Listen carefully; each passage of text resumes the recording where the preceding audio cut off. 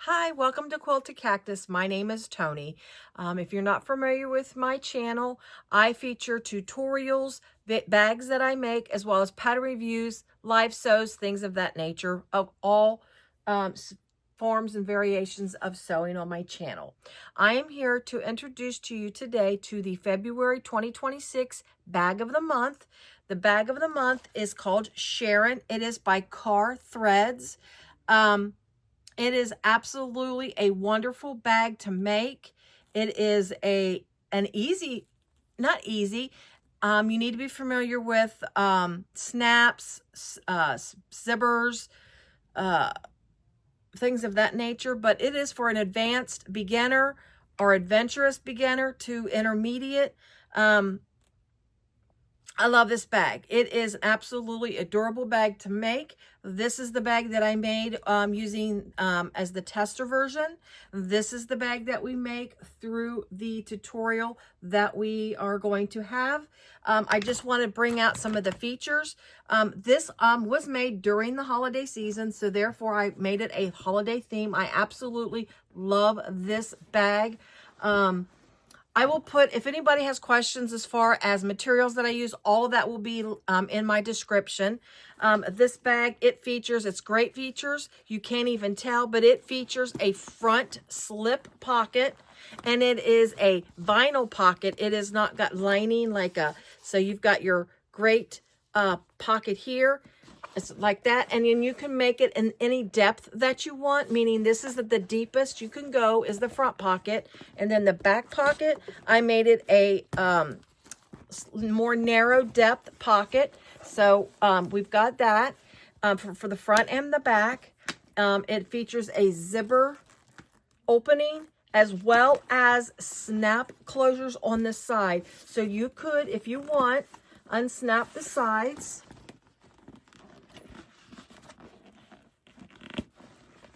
And then, you can pop those out and you can have just left unsnapped if you want. The inside of the bag, again, I said it's a zipper closure. It's got a great handle, a nice handbag handle, crossbody strap. So you can make this a shoulder bag, just of course by cinching up your strap. So it's a great bag like that. Your handles are made so they are affixed to the top, so they're not going to flop around. The zipper closure. And then you open it up, and then you've got a welt slip pocket. Very nice. And then you also have a zipper pocket, and then another slip pocket. And that's got a nice roomy inside. It's a great little bag. I love this bag. This is absolutely adorable. So I thought with the tutorial, I'd go a little more ready for the springtime / summer. I think this has got your cool colors. So you could even actually carry this going into the spring. Again, here's the slip pocket here, both of them. And then you've got your closure here. And the nice roomy interior. Your welt slip with your zipper pockets. This bag is great. And it's not a ton of pieces. It's great. This is one large piece, so this is folded. So you've got a nice clean edge at the top, which is great. It's so it's a folded over piece, so it's a long piece, but you've got that nice folded edge. It's got some double stitching at the top there. You got your rivets. Number one, it's a nice accent, as well as it helps with your pocket. I used 1/2-inch snaps on this one because this is a softer vinyl. I would suggest if you use a thicker vinyl like this, I would go 3/4 only because, again, it's a thicker vinyl, and you're not going to want it. It's not going to want to snap if you use 1/2-inch on thicker vinyls. That's just something that I noticed, because with this is a soft vinyl. The 1/2 inch, it snaps and it holds well. But if this were a thicker vinyl, I don't think the 1/2 inches would be as strong as it could be. But there you go. This is the Charyn. Well, join me as I show you how to make this bag. I hope you enjoy this tutorial. Also, if you are not a subscriber and you find me through the Bag of the Month, please subscribe if you'd like. Also, give me a thumbs up. I would greatly appreciate it. I'm still building my channel, and I just thank you for the opportunity to show you the tutorial for this bag. So everybody, let's go ahead and get started.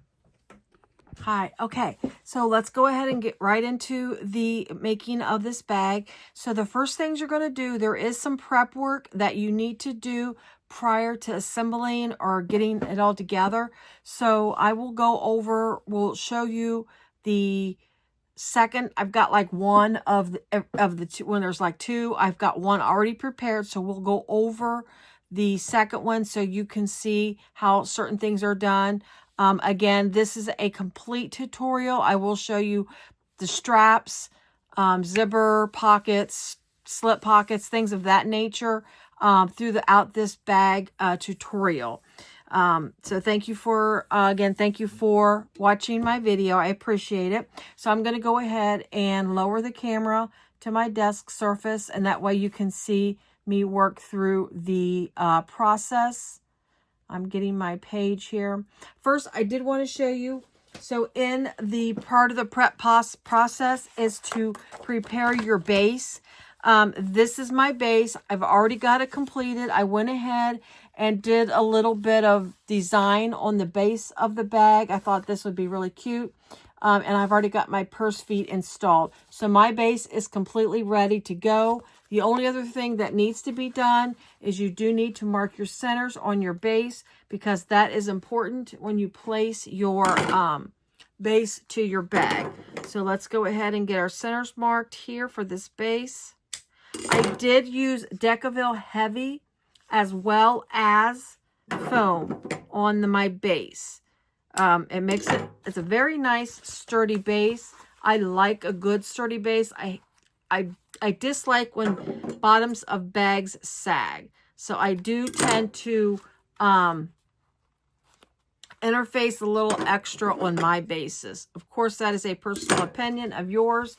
You can do whatever you want on your bases. Okay, so I've got my centers marked. So we're going to set this aside and retrieve this later once we get our panels together.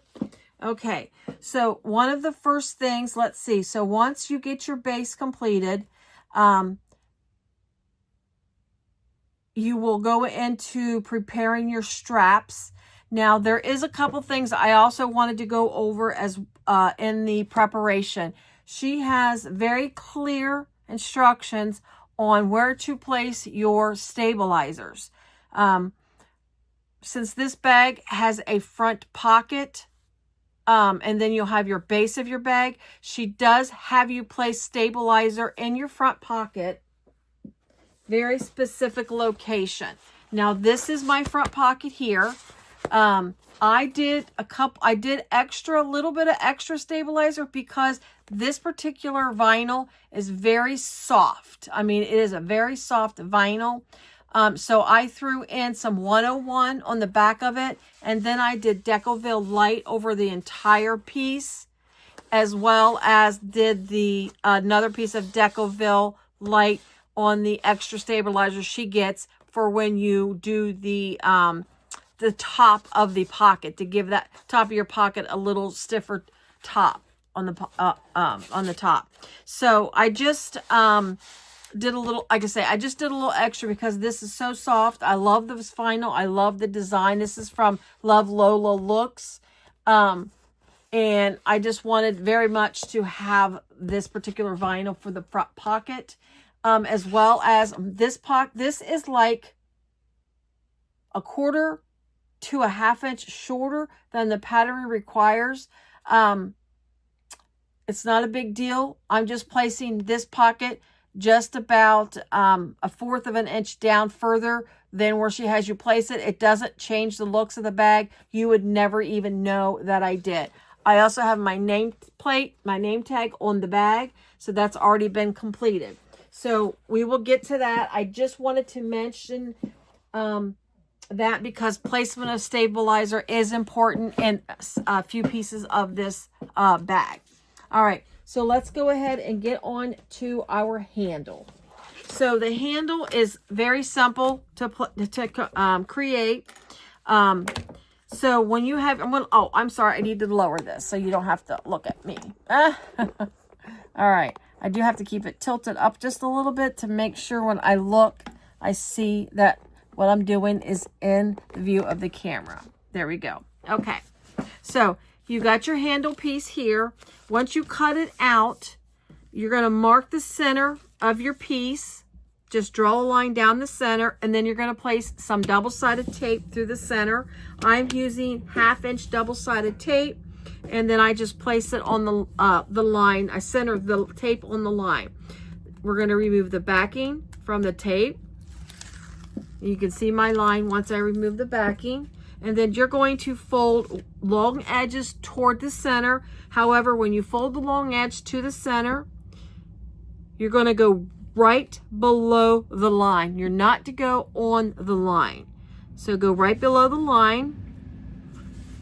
And just be careful with your, when you place it down, you don't want to like push and torque, kind of torque it. You don't want to do that because then you'll end up with a twisted thing, twisted handle. Okay, so then when you do the other side, you're going to do the same thing. Go below the line. You're going to want just a tiniest little gap in between your long edges when you place them down. That will, when you fold it again, that will help with that fold. So I'll show you here once I get it down. I'm just going to lightly press it, and then you're going to see there's a small gap in between.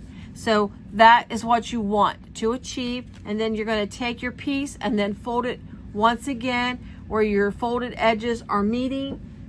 Grab you a few clips. And I've got clips flying everywhere. Get you a few clips, and then you're going to clip just a little, just kind of clip down through there. So when you sew it, it holds it together. Well, there we go. Sorry about that. I got a piece of previous sewing bag stuck to my clippies. All right, so we're just going down and clipping. Just go slow, clipping it, making sure your folded edges match. And then I'm going to throw one more. All right, so this is what you got right here, okay? And then what you're going to do is you're going to start sewing. I like to sew on the short edge here because when I put strap ends on here, it'll cover the stitching. So I'll start here. I will back stitch, and then we're going to go along the first. You're going to sew the folded edge, the open edge of your piece. Sew that down first. That's the first step you're going to do. So I use, and then you're going to top stitch. So I use a 5 stitch length on my machine. That's what I like. It's a nice, good, big stitch. And then we're going to top stitch. It's 1/8 of an inch. Again, I am going to back stitch here because it will be covered by my strap ends. Just go slow when you get to that edge, and then make sure you're at 1/8 of an inch when you sew. Again, you're sewing on the open seam here. So we're going to go ahead and then just kind of take it slow so your piece doesn't shift or move, and you can have steady pieces, steady stitches, I should say. Just keep an eye, making sure your your folded edges don't unalign, from the edge. Whoops.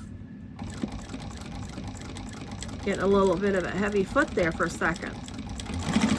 This part I do go slow. The other side I go a little faster, but every time I try to go fast and achieve it, that's when my line starts to get wavy. So I do tend to go a little slow doing the handles and things, doing that top stitching.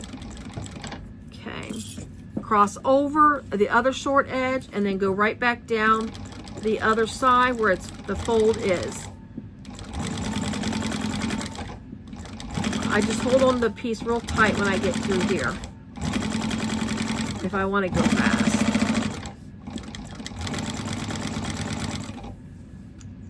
Clip my threads here.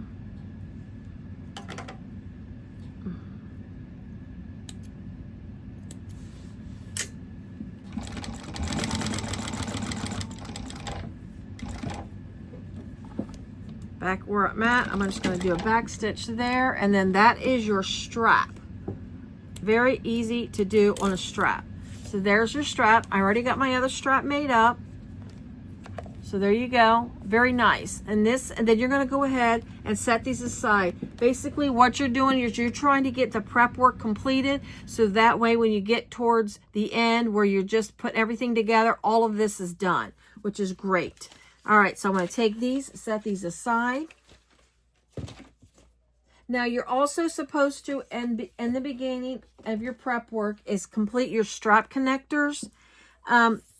I've already done both of my strap connectors because all you're going to do is, first of all, when you do this, make sure you have stabilizer in your strap. You're just going to cut out a thin piece of stabilizer and put it in the middle of your strap. That way, when you hook onto it, it keeps it from being pulled and tugged, and stabilizes. That's hence stabilizer. But anyways, so when you do your strap connectors, you're only doing one fold to the center. You will touch on your long edges, and then you're going to top stitch just like you did the strap, 1/8 of an inch from each edge. And then you'll do that for two pieces, and that will be your strap connectors. So we'll go ahead and take these, set these aside as well. Okay, so we've got straps, straps, ends. Now you also can do, if you choose to do a vinyl crossbody strap, you will do that at this time as well. That will be assembled just like the handles. She does have you do a little extra stitching in your crossbody strap. If you want to do that, you're more than welcome to. I am not doing a vinyl crossbody. I'm going to do a webbing crossbody for this particular bag. Okay, so the next step is the preparation of your zipper placket. Now, I didn't do this ahead of time because it's a little different than we typically see on a zipper placket. The only thing I prepped ahead of time on this is the zipper end, where we do the 90-degree angle turns for your zipper. Basically, you measure down. She's got you, you measure down at the point that she gives you. You will then make a small mark, and then you pinch where that mark is. You pinch it, and then you fold the ends off to the side. And then you'll stitch the sides down just outside of the seam allowances. Now, there are a ton of videos on how to do this. If that doesn't help you, you can always watch watch another video. You do singe, and then I do with a little hangover. I go a 1 inch down. Hers is a little different, but if you're comfortable with that, you're fine. If you've done this before, I do 1 inch down where I have little tails, and then I just clean up the tails and then singe it with my lighter for that. Okay. So as I stated, our zipper placket is a little bit different than your standard zipper placket. You're going to cut the full piece. This is your exterior and your interior part of your zipper placket, meaning this is going to be the top. This is going to be the bottom. It's going to be one full piece. I really like this way. I think it's a great way to do a zipper placket because you don't have a lot of bulk where your zipper is at the end. Because if you're doing the other way where you have the two separate pieces, you're folding them in, you've got 4 layers of vinyl plus your zipper teeth, and then when you try to turn it right side out, there's a ton of bulk. This, you've only got the 2 pieces when you fold it over. And you'll see how we do this. So we're going to do this together. And then when they do the other side, I'll show you a quick how you do when you do the other side. I'll show you how to get it started. And then we'll just do a fast forward motion as I sew the other side on. Okay. So when you do this, let me get my little, she's got you already sewing the end on this. I don't put the end on until I put my zipper on. I do not put my zipper pull on until the very end. Okay, let's back step. I do put the zipper pull on once I put the zipper placket together to make sure everything matches up nicely. Then I'll take the zipper pull usually back off, but I don't typically do this part or put a zipper end on, a tab on, until the very end when I measure out my zipper, because I always cut my zipper approximately 1 inch to 1.5 inches longer than what they say, because sometimes I like my zipper to go just a tad longer than normal. It's a preference of mine, so I always cut mine just a tad longer, so I don't put that on till the very end. Okay, so you've got your zipper placket. Now she does have you put some stabilizer on your zipper placket. I want mine to be nice and soft in my bag. I don't want it to be real stiff, so I did not interface my placket. But you probably should. It's just the way I was wanting to create this particular bag. So what you're going to do when you get your zipper placket, she gives you a measurement to go in on your placket on each short end. So let me go ahead and make that mark.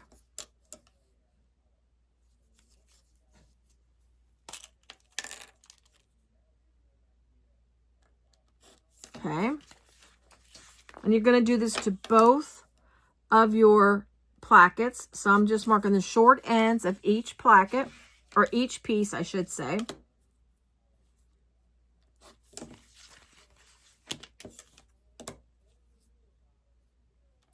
Okay, whoops. All right. And then you're going to put a little bit of double-sided tape on each end. You can use 1/8 of an inch if you're worried about your machine hitting it. I'm going to go ahead and use 1/4 inch so it'll hold better. And I'm just using just enough to hold it down. I'm not like going all the way end to end.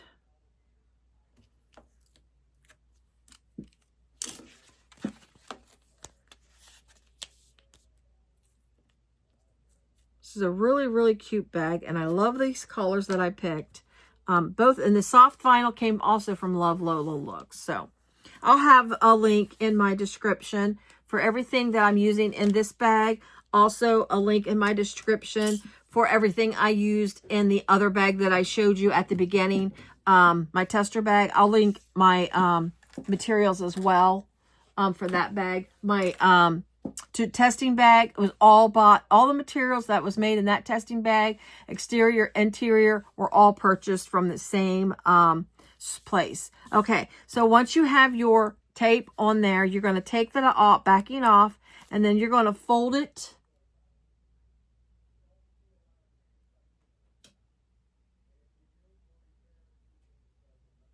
to that line. Sorry, I was reading. Apologize for that quietness.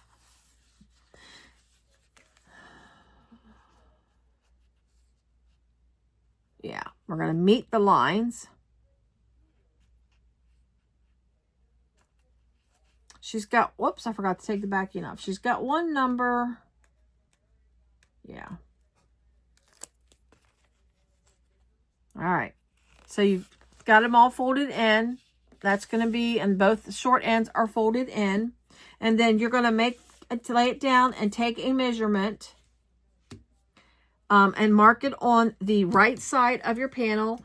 I would highly suggest you use like an erase pen, air erase pen, or if you use something like a regular pen or something, you can just make a tiny little dash mark. That way it won't be seen, because when you put your zipper on, you won't see it. So from one end, you're going to make a measurement.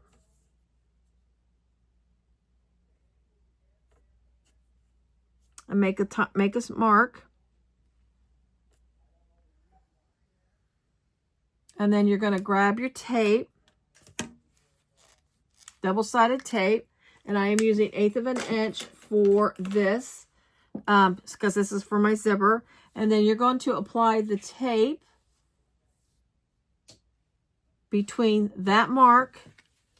I'm going to turn it over because that's where I measured up from this side to this point. You're going to take and you're going to apply your double-sided tape from that point down to the folded edge. Like that. I think that was the very last bit of this particular roll. So let me, all right. So double-sided tape from the point where you drew from the folded edge up to the line. This side will be a little bit longer. It will not be the same measurement. Okay, so this is not being put in the center. So make sure you put the tape on the right side of the piece. Then you're going to take your zipper, remove your backing. Oops. And then take your zipper and you're going to place it right sides together. Line the 90-degree end where your zipper teeth are. Line that up just below that line where your teeth are. Where you can see, it's really hard. Let me hold it up to the camera. Let me place this down real quick. And then I'll hold it up to the camera and show you. Let me make sure I got my light here. So look at, there's that line there. You'll see a line that I drew. And then I've got the teeth, I mean, just a hair below that line. So when I fold it over, the line should meet the teeth. Okay? So that's where we got it out. And I've got it placed down. So now I'm going to sew this on at the seam allowance that she gives you.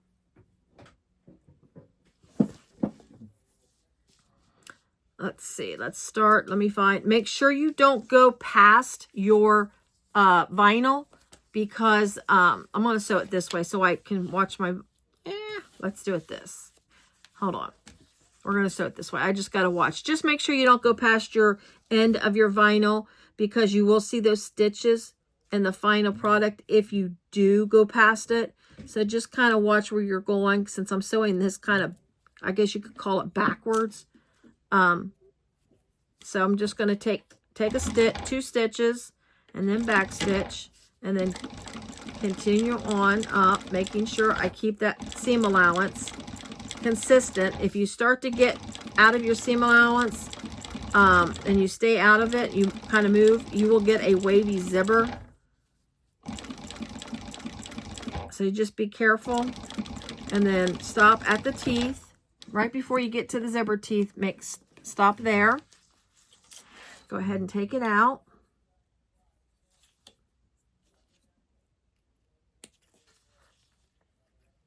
Clean up your threads.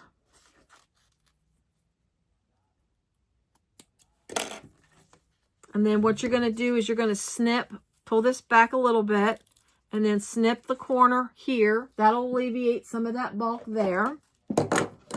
And just be careful when you cut that corner. Just don't get really aggressive, but you're just going to cut just a little bit out of that. And then what you're going to do at the top, you're just going to cut just a tiny bit where your teeth are. See where the teeth and the vinyl is? I'm going to pull that back a little bit. And all I'm going to do is snip right where the zipper teeth is, right before, and stop before you get to that stitch. So see how I did that? Just that little bit, and do not go past the thing. I try to keep it within a 1/16 of an inch of that stitching. And then you're going to take your rest of the free part of your zipper piece of your exterior, take it, fold it over, and then take it down to match your other side of your zipper like that. Whoops, we need to put a little bit of tape on here. Let me put some tape on this side.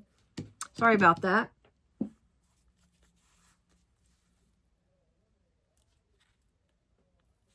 So I'm just going to put some double-sided tape down on this side. There we go.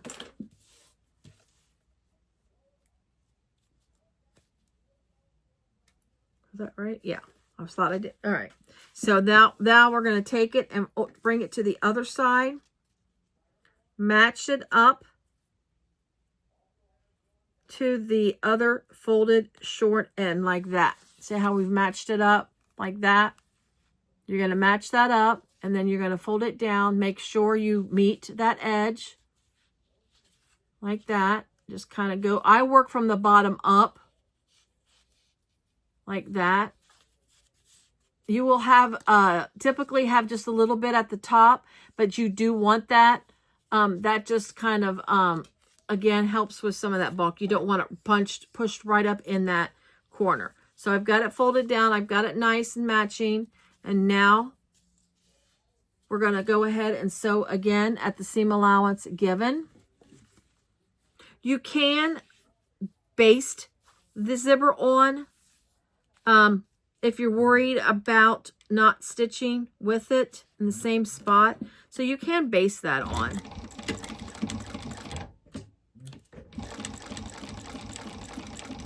Just be very careful when you do that. I think I'm getting ready to run out of bobbin thread. I hear my bobbin clickety-clacking.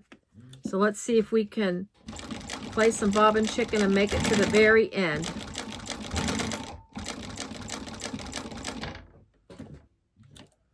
I made it to the end. Let's see. Well, we still got enough. Good deal. All right. This is not the scissors I need to snip threads. All right, let's get these threads cleaned up. And then you want to go ahead and do that snipping too on this side too. Again, it just keeps that bulk out of where your zipper teeth are. And it makes it lay a little better as well.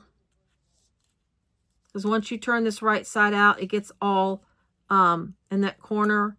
It gets a little bulky in that corner. All right, so there you go. There's your piece there like that. And then what you're going to do is you're going to take it and fold it right side out like that. And then grab your zipper, but make sure you grab it on the teeth. And then just push that through.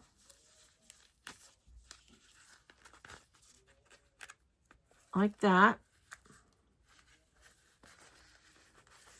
And then I'm going to, if you got a turn tool, just kind of clean that corner up, make it straighten that out a little bit.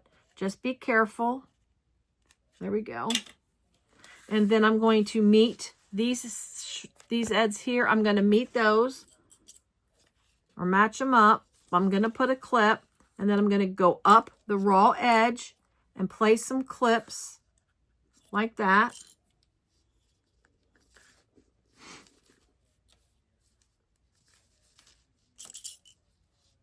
And then you're going to just kind of pull that vinyl a little bit away from the zipper teeth like that. And then you're going to top stitch. However, I'm going to put this on a quick pause, and I'm going to change my my bobbin. So I'll be right back. We're back. So got my bobbin changed. So we got a nice full bobbin. Okay, so we're going to do top stitch on this placket. I always start on the raw edge where it's not seen because so the back stitching doesn't show.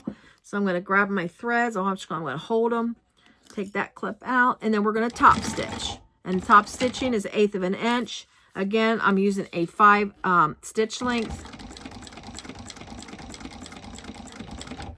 Just be careful, especially if you have a soft vinyl.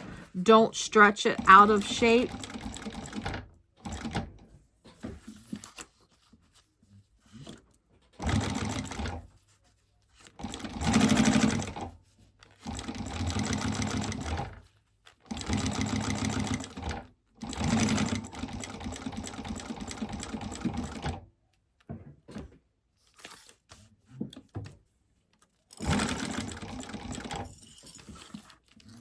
Go all the way around.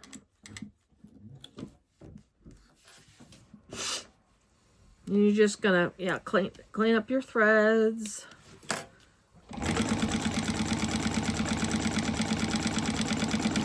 All right, so that's the first side of the placket. I like this. I like the color combination. It's very pretty. All right, trying to make a springy summer looking bag. Since my other one was Christmas, that's my look that I'm trying to achieve with these colors. Okay, so now that you got the one side on, you're going to grab your other placket. You're going to do the same thing, fold in the short edges to meet that line. Now I'm just going to show you real quick how to place it when you have the other side, and then I will, again, as I said, I will just do the fast forward through this motion. Now, this is, because I've done it a couple of bazillion times, I always check it before I put my tape on. I always lay my zipper on it to make sure I'm placing the tape on the right side.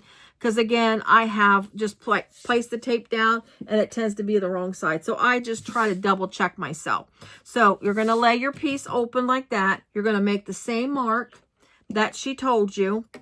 I'm going to lay my zipper on it first, and then I'll know what side to lay that mark. So I'm going to take the zipper, and you're going to do the same thing. You're going to put it right sides together. So I know this is the side that I need to put my tape and my mark. So again, it's probably very simple for a lot of people, but like I said, again, I've made the mistake a few times. So I am just trying to avoid that mistake again. So I'm going to get my mark here placed real quick. Okay. And I'm going to put my tape down from the raw edge up to that mark. Again, I'm just using 1/8 of an inch.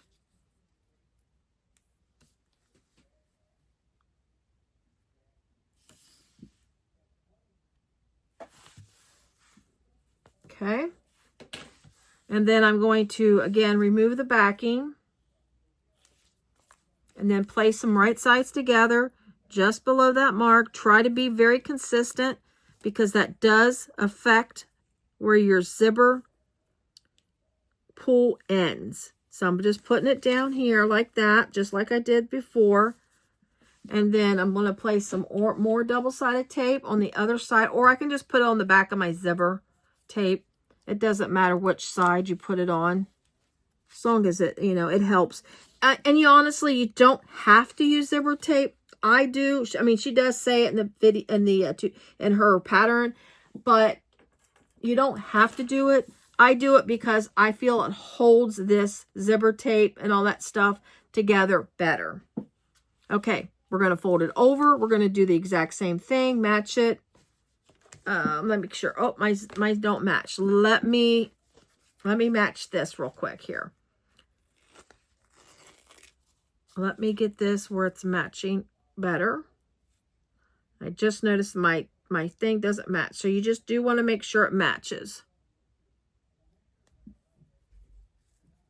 Oops. Well, I can't. There we go.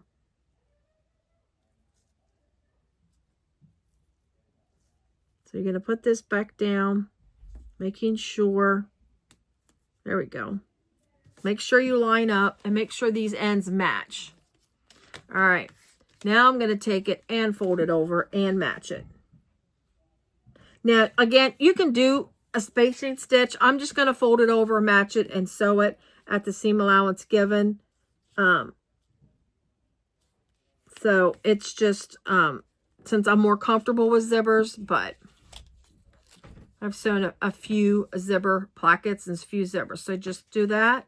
Fold it over. Make sure your zipper doesn't come off. There we go. Like that. Now, you just got to pull this out of the way like that. And that's the one thing I did want to show you. Once you get all your measurements there, you can you need to pull that out of the way, because that will affect the, when you sew it on, it could push your needle back, and it will cause your zipper to look wavy because it won't be consistent. So there we go. Everything's all set. We're going to go ahead and get this sewn on at the seam allowance. I'm going to turn it right side out, top stitch it, and get it completed in fast forward motion. And then once this is 100% done, I'll be right back.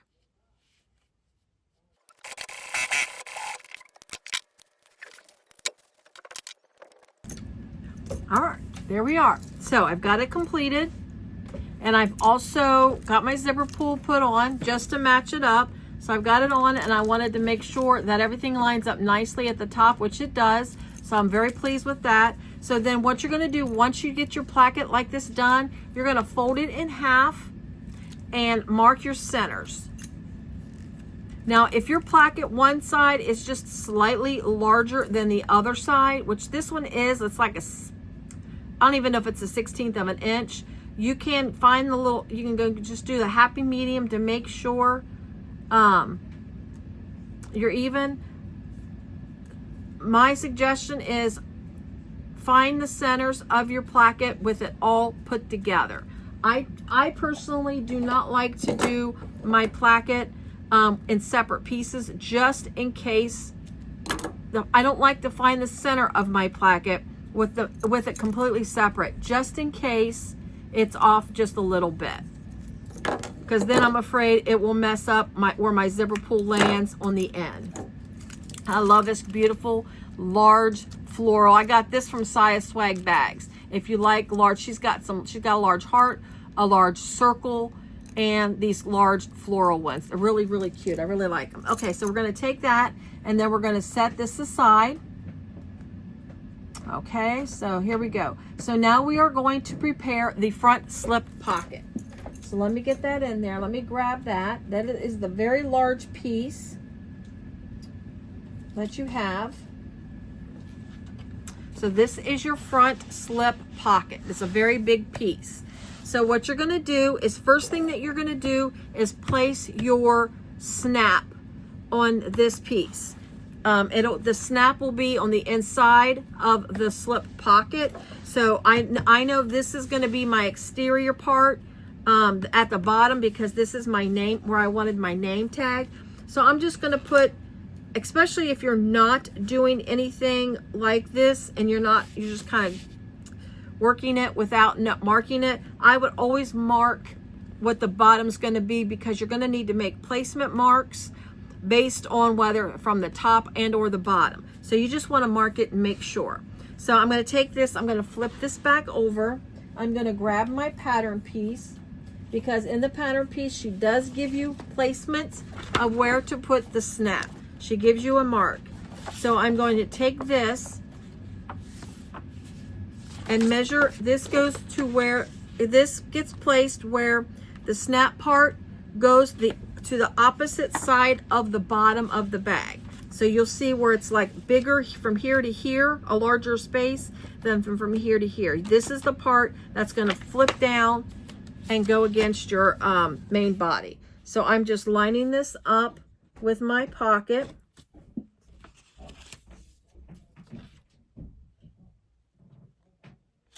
My piece, again, my piece is just a hair smaller, so I'm just centering it a little bit real quick here.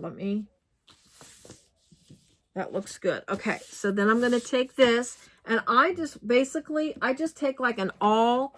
I can or do a puncture a hole like that, or if you're worried that you can't see that, you can just take your mark.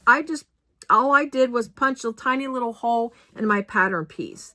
I didn't cut the whole thing out, so I just did a tiny little hole right in the center, taking my pen, making the mark, and there's my point to where I'm going to put my snap. This, you're not going to see this, so you can just use a regular ink pen if you want. So there's my spot where I'm going to put my snap. I'm going to grab what they refer to as the female. Let me get the right piece of the snap here. That's the wrong snap. I got too many snaps going. I got two different kind of snaps going. Okay, so you're going to grab the, actually this is what they refer to as the male snap. That's the male snap there. You're going to take that one, put the other one aside, place your little, center that up, and then I make marks and then I cut. So I'm just going to mark where I'm going to cut the slits, and then just go ahead and install the the snap. Wow. Sorry about that. So I'm just going to go ahead and do this real quick. Okay.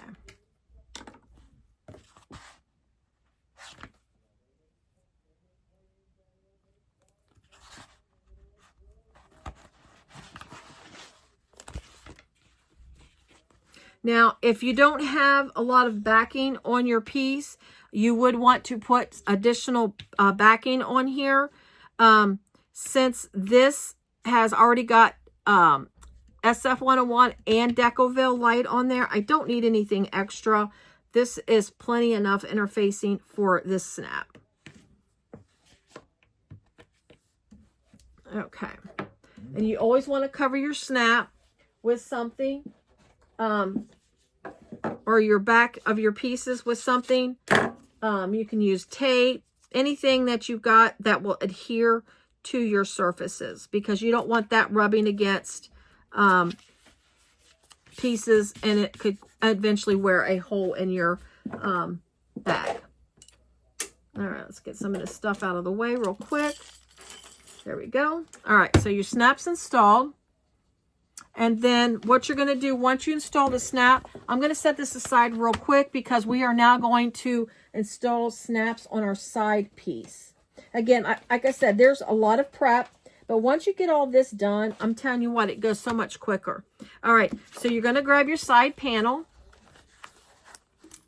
I've already got snaps installed on this one. You're going to put a male and a female snap on each panel.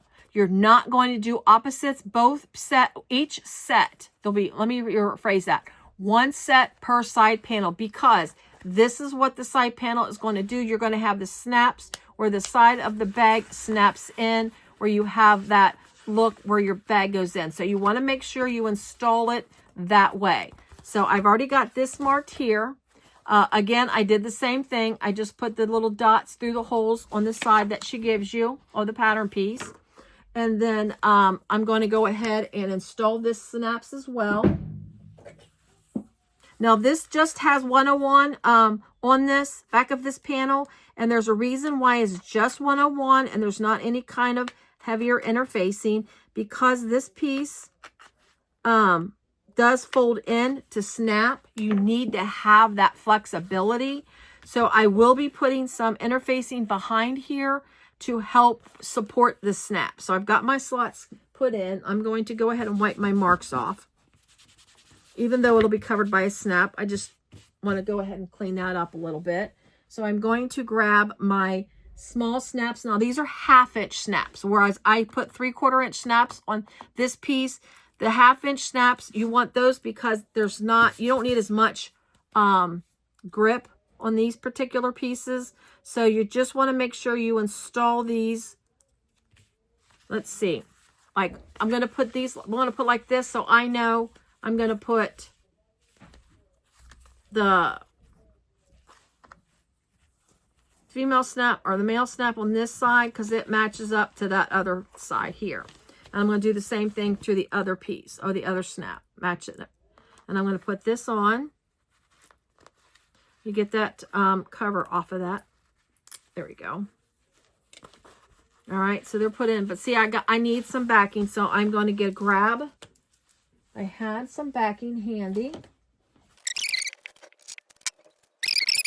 So my pieces are covered. Everything's good. My sides are prepped. That's really cute. I like that. It's really neat. Nice look to the bag. All right, sides are prepped. Got my snap on that. I'm going to clip these and set this aside. So now I'm going to grab the front pocket, or the front and back pocket panels, the large rectangle panels. I'm going to make some marks according to what she's got. You're going to first make a mark at the bottom. Let's see. The bottom part of the part that's going to be on the front. So she gives you a mark, and it's a short mark. It's not very long seam allowance, or not a very long, large mark that you're going to put here. So I'm going to grab my pen and mark this. Since it's on the back, I'm just going to go ahead and use an ink pen.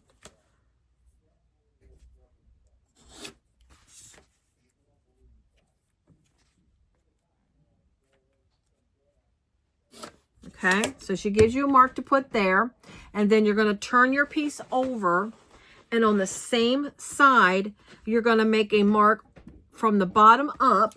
However, you're going to do it on the front.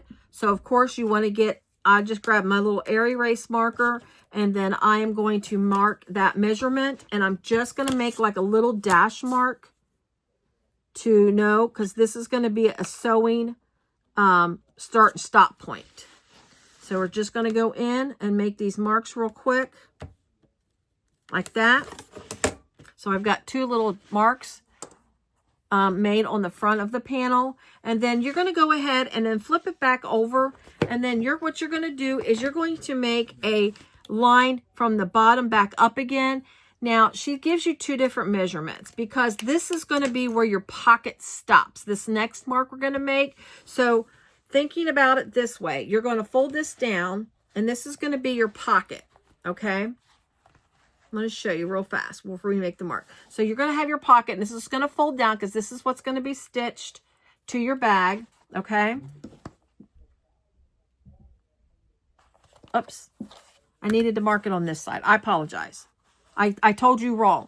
So see, this is what's going to be exposed on the bag. So that mark that I made here, I should have made it on this side, because this is the part that's going to be sewn or put to the back of your main panel. So I gave you the wrong side, so do not pay attention to that. So we're going to go ahead and mark this side. I'm just going to use this real quick. It'll disappear by the time I get to it. So let me grab this. All right, so this is where you're going to sew it to the bag. Now, the next step is going to be after you make your mark here on the front, where you're going to actually sew it to the bag to make your complete that side panel onto the bag, or the flap. I'm sorry, slip pocket. Wow. She gives you 2 measurements to use. Depending on how deep you want the pocket to be, you can just sew here. That's it. And it makes it for a very deep pocket. That's an option. You can do that for the front pocket, have a deep pocket, and then the back, make it a little shorter. The back pocket, I made the back pocket a little more narrow. It's not as deep. I think I'm going to do the same thing for the front pocket. Actually,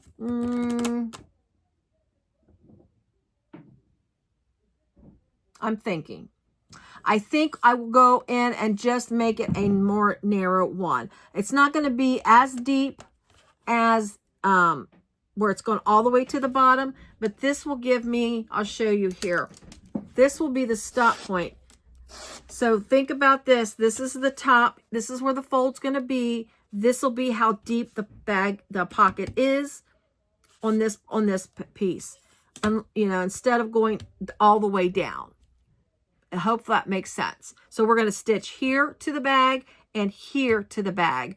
So it gives you that depth of the pocket. That's what this line is for. You don't have to do that. You can make it a full pocket if you want. Sometimes having a big pocket's nice, but sometimes when you have such a deep pocket, you end up putting a lot of stuff in it and then not, you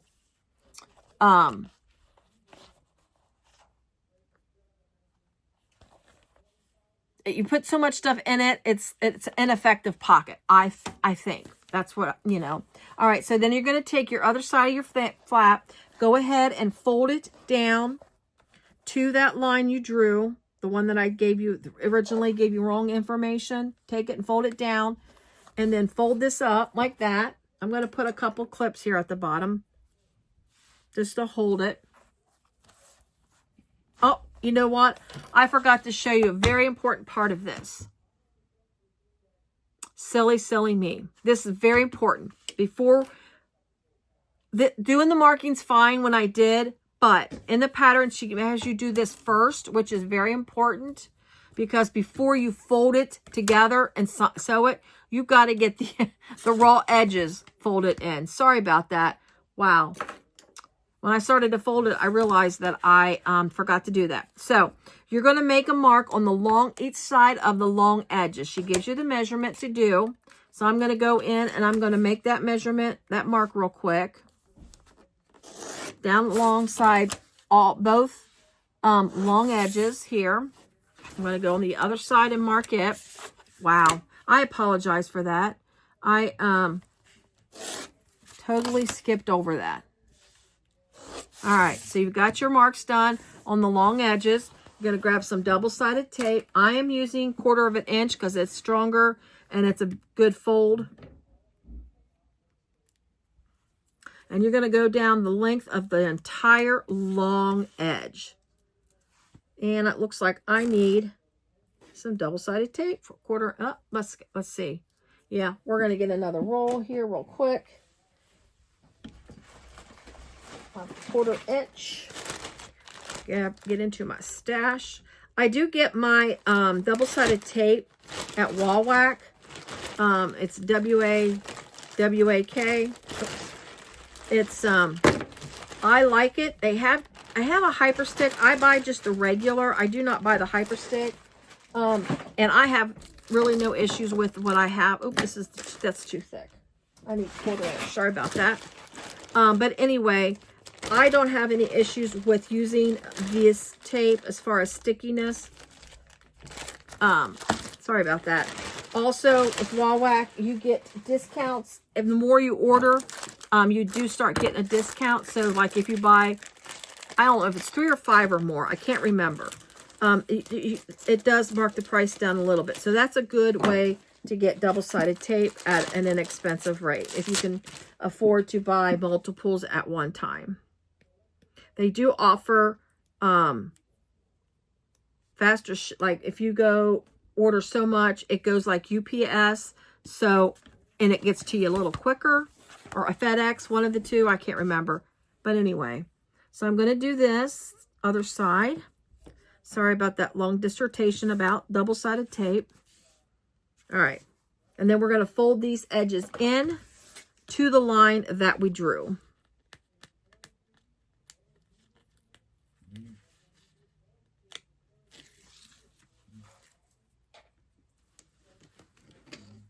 And watch the placement of your interfacing. If you use a Decaville light on their piece, make sure you stay outside of the fold lines and the interfacing. I went over a little bit. I must have cut my pieces a little too big. So when I'm folding this over, I am pulling in some of that Decaville. So it's stress on my vinyl, so I just got to be careful.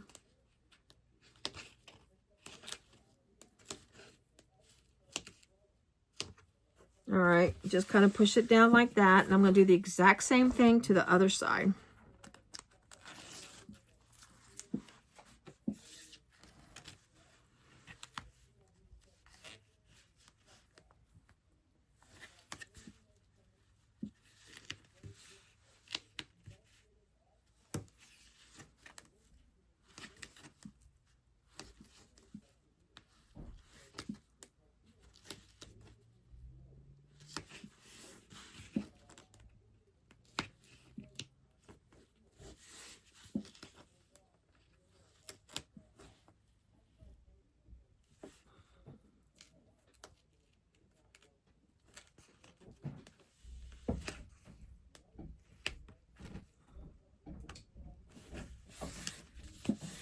Oops, pulling up over here. All right, so once you get that done, you're going to go ahead. Since I've already got my mark there, I need to redraw that mark because I need that when I do the stitching.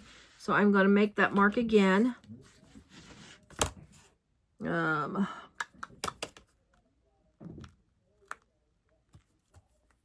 my stuff wants to come unstitched. I'm going to make this real quick. Okay.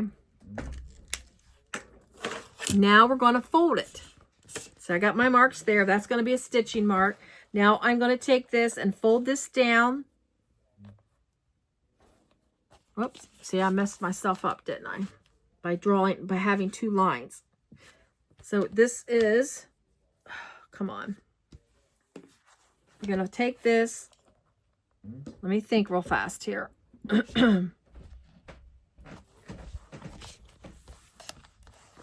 So the piece that's got the snap is going to go to this and stop it right there like that. And you're going to fold that and then press it down.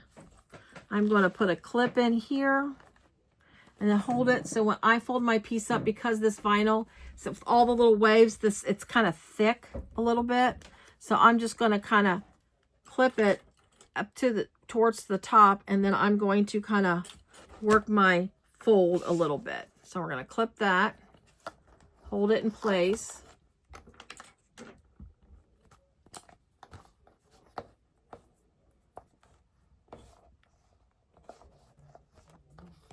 And then I'm going to fix my fold. I just usually take, especially when it's thick, I just take my flathead screwdriver just to make sure there's not like a, it's just a nice straight fold. It's not like bunched up at the top. This gives you a nice clean fold. And then there's your front of your pocket. There we go. So there's your pocket right there. So you've got that all set to go. So now you're going to go in and you're going to top stitch from the mark that you made up to the top of where the fold is, over and down, and stop at that other mark. Okay, so you're just going to go sew from here to here. You are not going to sew on the bottom of your piece. All right, so I'm going to go ahead. My mark is starting to fade away too. I got to remark that. That's going fast. Oops, there it is. Almost lost it. So let me redraw my mark because it's fading fast. All right, there we go. All right, so I'm just going to pull my threads long, because you're going to pull your threads to the back and tie them off. And then you're going to sew this at the 1/8 of an inch. I usually drop my needle right on the mark. There we go, at 1/8 of an inch. Again, I'm starting at the line that I drew and going up towards the folded edge. And you're going to sew up to where you're going to do 1/8 of an inch at the top. So I'm just going to throw a short stitch here. There we go. And then sew across at 1/8 of an inch.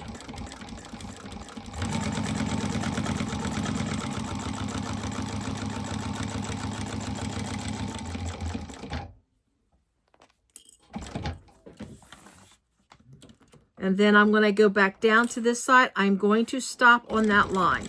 If you have to hand crank it, which I do, when you get close to it, just hand crank it to make sure you're stopping on that line. There we go. And then bring your up, pull it out, and then bring your threads long, because you're going to pull, again, you're pulling these threads through. Flip it over and pull your threads. Go ahead and get your threads pulled through. I'm not going to tie it off just yet, because she has you do a double stitch on this flap. Now, you don't have to do the double stitch. The pattern's written to do a double stitch. I like it. I think it gives it a nice edge. So you're not, of course, not required to, but it isn't. I think it's a nice look. So I'm going to put my other stitching in. I'm going to do the exact same thing, except I'm going 1/4 inch away from the edge. So we'll get that sewn on, pull my threads through, and then we will move on to the next step.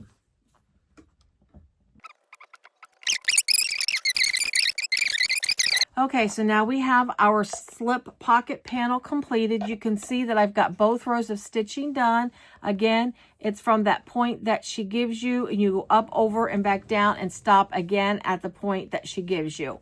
All right, so now once you get this completed, you're going to go ahead and set this aside. Again, do not stitch at the bottom. Okay, so you're going to grab your main panel now, and I believe that's what she calls it, the main panel. Let me just double check to make sure I'm telling, so you know exactly. The front back panel is what she calls it, not the main, but front back panel. You're going to mark your centers. See how I've got the center marked here on this. You're going to mark this. Whoops, let's find you. Whoop, whoop. There we go. Sorry about that. Got my okay, so there's your center. I got it marked at my top and my bottom. And then she gives you a measurement that you're going to use to mark placement of your your front slip pocket and your back slip pocket. So you've got your center point here, and then from that measurement, you're going to make a mark on your panel. Now you can use an air erase pen to do this. Obviously, make sure your materials It works well with your materials. Or you can do a tick mark at the top and one at the bottom, and then you can line it up that way. So I'm going to go ahead and make that measurement here. Holding it, make sure it's straight when I do. The light, let me get my other light on here. It might help with some of that. There we go. That's a little, I don't know why that little light helps me. So I'm just going to mark it. I'm kind of doing it a little bit off camera so you don't see. I have to keep some of this stuff, you know, measurements should not be really put in the video. So I'm just trying to do this, and then there I'm just going to connect the two lines. There we go. So I got my first line drawn for the placement of my pocket, and then I'm going to do that for the other side.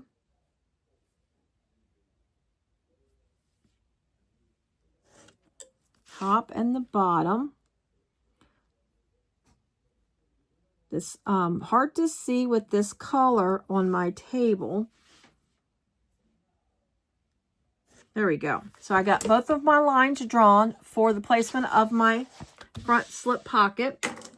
So now I'm going to go ahead and get my pocket back. Now you can clip it. I'm going to throw just a couple little slivers of 1/8 inch tape. That just helps me to hold it still, because you you can't clip it onto the piece. So I'm just going to throw a couple slivers of 1/8 inch tape. I had some clippies on there because this vinyl, while it's a soft vinyl, it's kind of thick, and I wanted to pull away while we were while there's nothing there. So anyways, all right, so let me grabbing some, again, 1/8 inch tape. I'm putting it on the back where it's going to go onto the panel.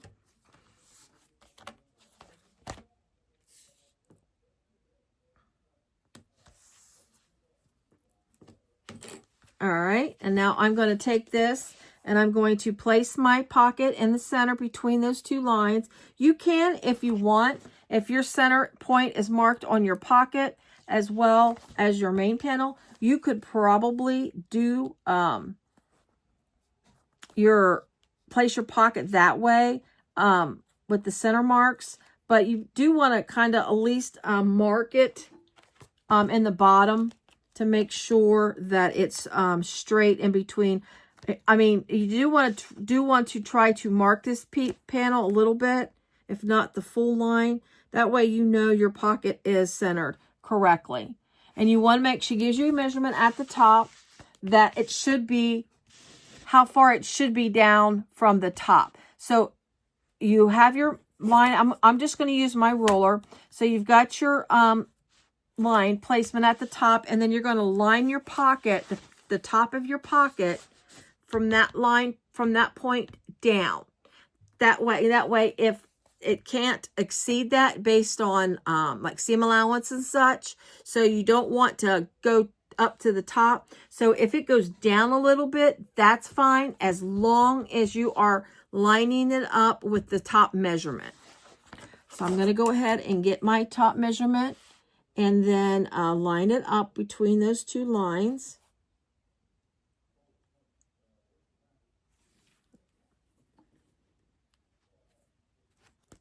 Oops. Just trying to center it. Make sure it's center. Make sure it is center. That's that. Where's my other line at? Here we go. I know it's great, good at the top. Oh, it looks crooked to me. Just a second. Yeah, it is crooked. Crooked. All right, let's try this again. So there's that. It's pushed up against my roller, so it's at that mark. Let me scoop my pocket. There we go. It looks centered there. Now let me check. There's a line there. Let me move this over. I'm going to hold it down, turn it, and there's my line there. So it looks like, yes, I do have it centered. It looks nice. I'm just going to push it down a little bit so you can see that my panel, my pocket, this is your front pocket panel here. And then there's, you got where your snap, make sure your snap's at the top and everything. Well, obviously, because you got the stitching. So you've got that good. So now what you're going to do is you're going to start your stitching here where you stopped your other stitching. Okay, so you're going to put your needle down in that hole, go down to the bottom, stop, then start again at the second hole if you double stitched, then go to the second hole and stitch down. You may want to stitch one side, stitch the exterior of the one side, stitch the exterior of the opposite side, and then go back to this side for the double stitch and back to the other side. That way, if it pulls or anything, you've got it to where it's going to stay put when you put that extra stitching line in there. That's up to you, but you do want to make sure your pocket stays steady, and you don't want to see the back part of your pocket. You want to make sure this goes down, because this is the front of your bag and or the back of your bag, meaning it's very visual. All right, so I'm going to get this. I'm going to start where my stitching ended from the top of the stitching there. All right, make sure your threads are long, because you are going to pull these through and tie them off. All right, holding my threads, and here we go.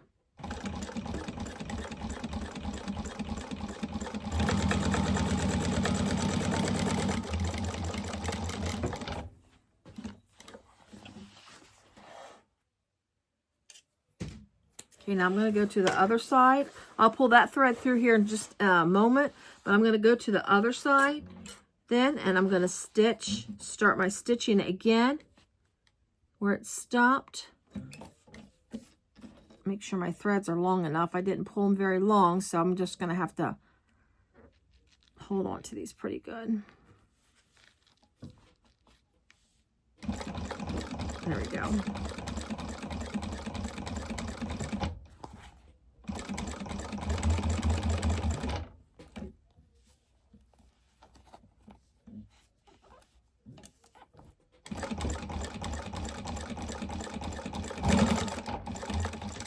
Alright, so I got one on each side stitched. No, that don't need to be there. Alright, so now I'm going to go ahead and pull this thread through. Now I'm going to do the exact same thing to the extra stitching that is done. So once I get done with that, we'll be right back.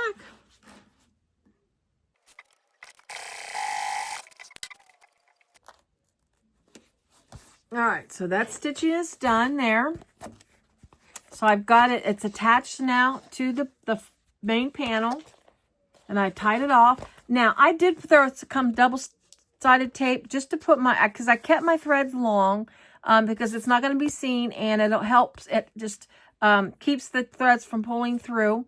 But I did throw some double-sided tape. I pushed my threads out of the way, because you're going to put a rivet right on the right at this point, like just below it. And the reason why I did my threads is so when I puncture the hole through the bag to put my rivet on, I don't want this to be in the way, all that in the way, and cut my threads too short or something, and it pulls through. So I just did that that's just something that I done to help keep the threads out of the way when I do the rivets. So with that being said, she gives you a placement of where to put a rivet, and it's basically where your pocket is sewn in, and that obviously helps hold this pocket and keeps the pocket from being pulled on or in the stitching to come loose. So I'm going to go ahead and put my rivets in on both sides of this front pocket flap here, and then when I get back, we will work on, well, let's do this first. Before I put the rivet on, I apologize.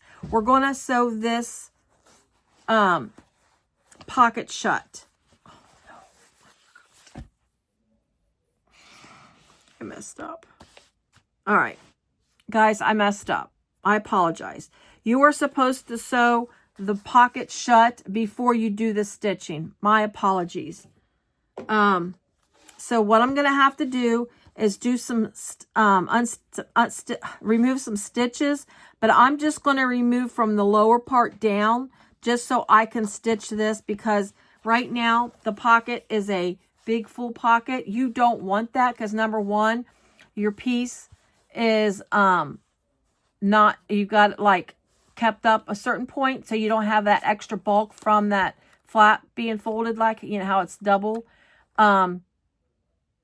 So, okay, I thought I would come back, instead of completely doing this, I thought I'd come back and show you what I'm doing, because this is part of the bag, making the part of making the bag. So we're going to stitch down here on this bottom line, and stay within the lines of this slip pocket. Don't start outside of it. Start just inside of it. And then skip to the other side, and then just, you know, do your back stitch at the beginning and the end. Okay.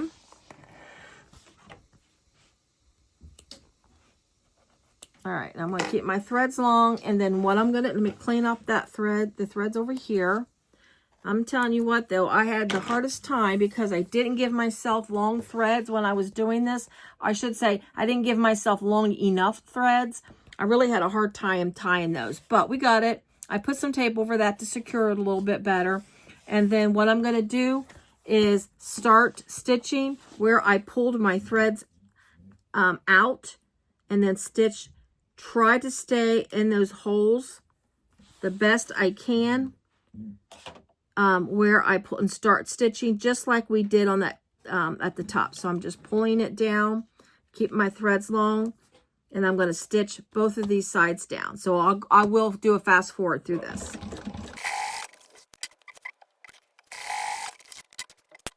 La da da, we got it done. So we got the bottom sewn on here. All right, so that gives me my pocket depth right there.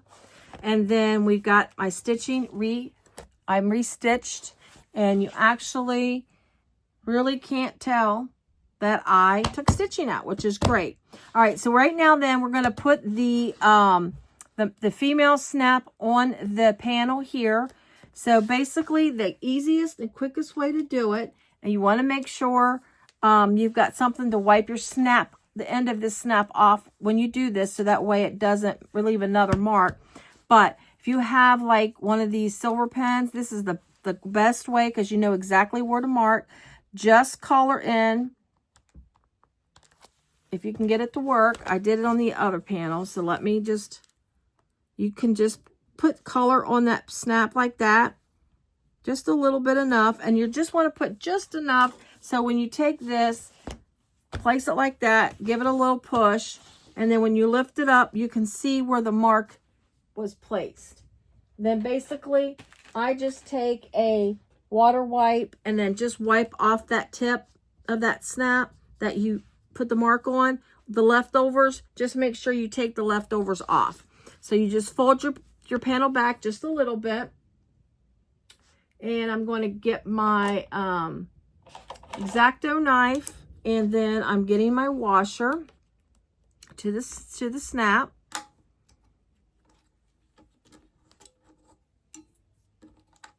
Let me get the washer off. It doesn't want to, I've got it, there we go. I think I cinched the prongs a little bit so I wouldn't lose the washer by the time I got to it. I was worried it was going to hit the floor and I was never going to find it. All right, so I'm just going to bend the panel back a little bit, place my washer, and then you're just going to put that little center hole of the washer over top where you place that little mark, because technically that would be the center of your piece.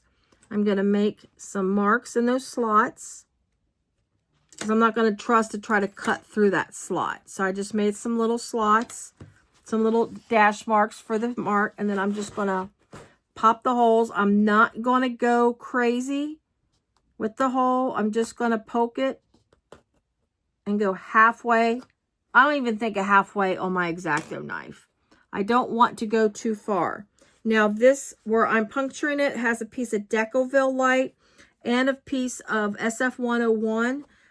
So I am good and I'm comfortable with the, actually I think this has also got an extra, well actually it has two pieces of Decoville light, because she has you put an extra piece at the top to help, to make this sturdy and not floppy. So there's two layers. That mean there's plenty enough, interfacing, so you don't have to worry about it pulling through or put anything extra. So I am just going to put my snap in the slots. If they're just a hair too small, it's fine. Just push it through. That way you're not cutting oversized holes. All right, so I'm going to push that down, put my washer on. Doot.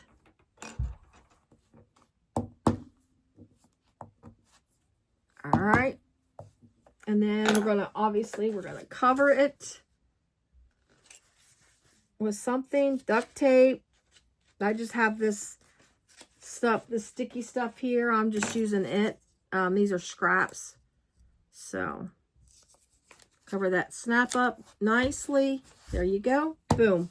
So your front panel is done. I've also already have, oh, we're not done yet. We got to put that rivet in I talked about earlier. So let me put that rivet in, and then we'll have both of our panels done. And then once our panels are complete, we are going to work on the side panels, which it's really quick to do the side panels. We're basically just putting another snap on. So let me throw some rivets in here on this piece at the measurement she tells you, and then I will be right back. Okay, I'm back. I have both of my panels done. So there's the first, that's my front panel. I got my rivets on. And then here is the panel that I already completed. And I like it. It's nice soft outside, but it's a nice stiff bag. I like the way I interfaced it. So just to, note to yourself, depending on how you want your bag to feel, you can always put a little extra interfacing.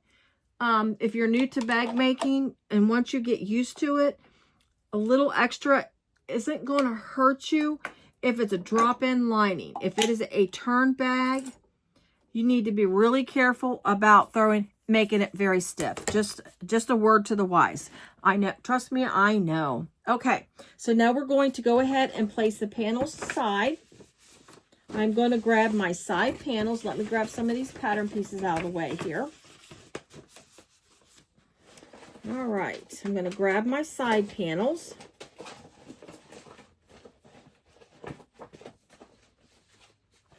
Okay. There we go. Sorry about that. I got little pieces, all these extra pattern pieces here. Okay, so we're going to grab our side panels, and then we're going to place this. We already did it. I didn't want to. Well, actually, we already did this at the beginning of the video. So our snaps are already placed on the side. That was some of the prep work we did. So I've got that all completed.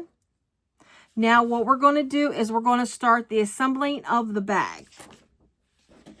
So what I'm going to do is I'm going to grab my base and one of my panels. I'm going to go ahead and grab my back panel. I was thinking we still had to put snaps on, but I forgot we did this at the beginning. I apologize. I was thinking. So I'm grabbing my base. I'm hoping this color matches well with this as an accent around the frame, the bag. I almost didn't do it, but I chose to do something a little different with this bag. All right, so we're going to take our base. We're going to put it right sides together to our panel piece here of marking your centers. My base has already been centers marked, so I'm going to match it up to that. Let me grab my clips.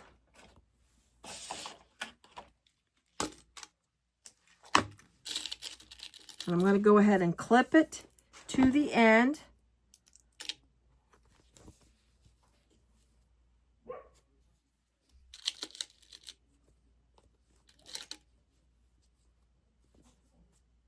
Just again, keep in mind of your thickness of your pieces, because here you're going to have 3 layers of vinyl. So it can get thick at this part of the bag. All right.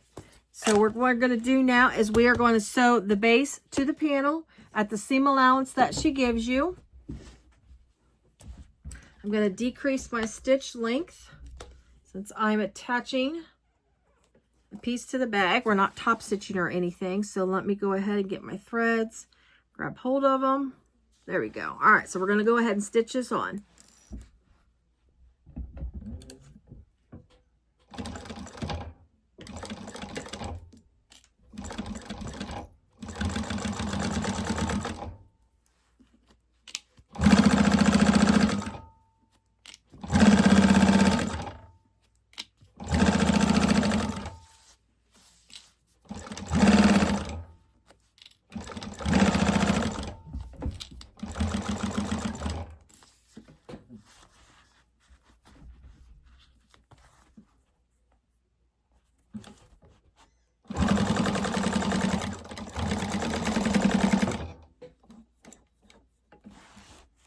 hit the camera. Sorry about that.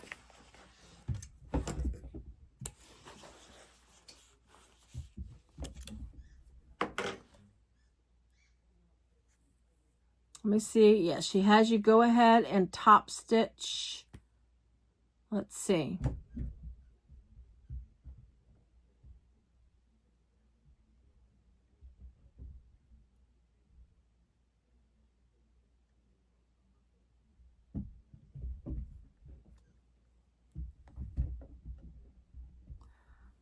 You do not top stitch on the base, okay?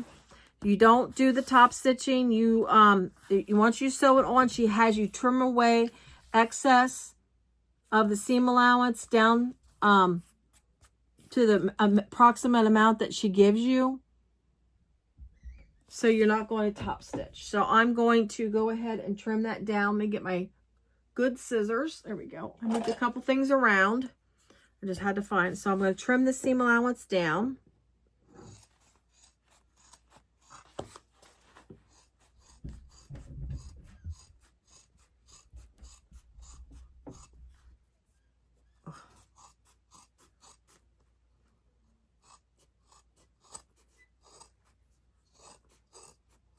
All right. And then what you're going to do is you are going to attach the other panel just like you did this. So I'm going to get my other panel, get it sewn on, and then and do the trimming, and then we'll be right back with the next step. She does have you, if you've got a seam roller, to go ahead and just kind of roll the seams flat, especially since we're not top stitching it down. It just helps the bag to lay a little better once you complete it. So I'm just going to go ahead and do that.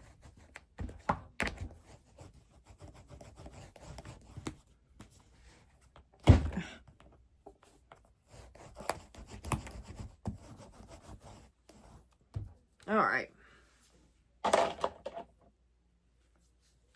All right, so now I am going to grab one of my side pieces here. I apologize, I'm kind of reading the pattern at the same time. And then she has you place a mark so far down on the panel. And basically what she's going to have you do is do like a snip within the seam allowance. So that way when you sew it together, you can open your seam allowance. So I'm going to go ahead and do that. Let me get that measurement real quick and make a mark. You're going to do that to both sides. Or no, I'm saying, let me see real quick. Hold on. I'm sorry. No, I apologize. What you're going to do is you're not going to do what I just said. You're going to start, she has you do double-sided tape along the sides of the panel. What that does is that helps hold the panel to your piece when you're stitching it.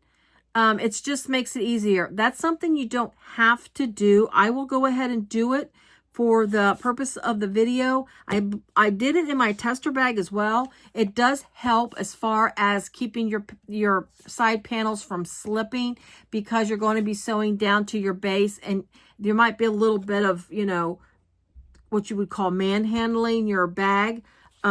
So I'm going to go ahead and do that. But what she does is she has you start the double-sided tape at a certain point down, and then go down on each side. I'll show you here, and I'll do it, and I'll show you what I'm referring to. Just one quick second.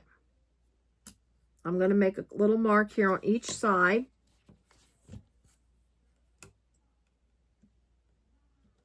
Okay. Now I'm going to grab my 1/8 of an inch tape.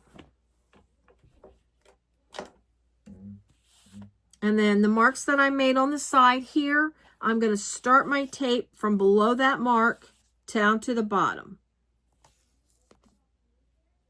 Again, this is an extra step. It's not required. It just helps you sew that sides to the base of the bag.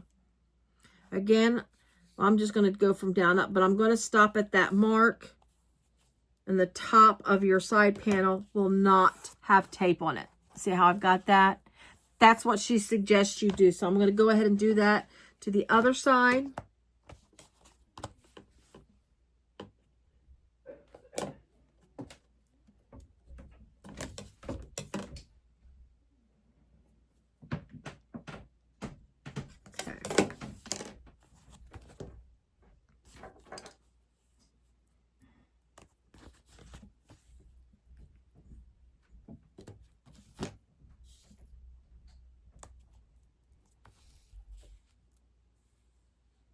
All right, let me just push this down.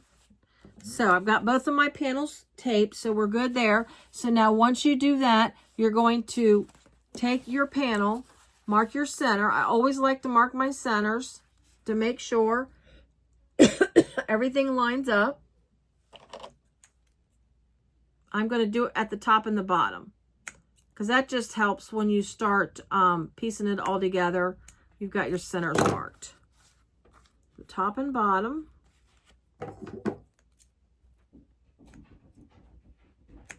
All right. So now I'm going to take the bottom of my bit, the bottom of my side panel, and I'm going to match the center up to the center of my base.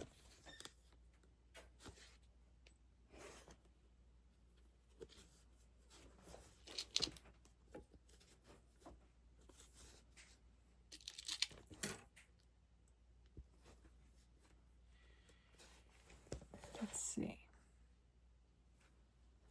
And then you're just going to stitch just on the very bottom first. So you're going to stitch the bottom of your side panel to the side of your base first, making sure you start stitching where the base and the panel meet. Don't stitch past that. Start right there. I'm going to put this upside down so I make sure I stitch and start and stitch in the right spot.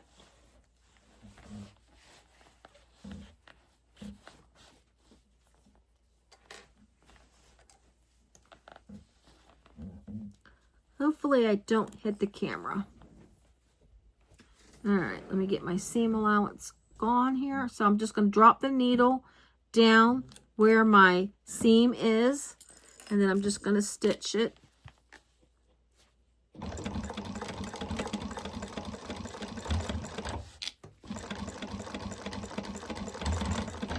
I'm going to get my panel because it's going to hit the camera arm. Oh, give me a quick second here. There we go.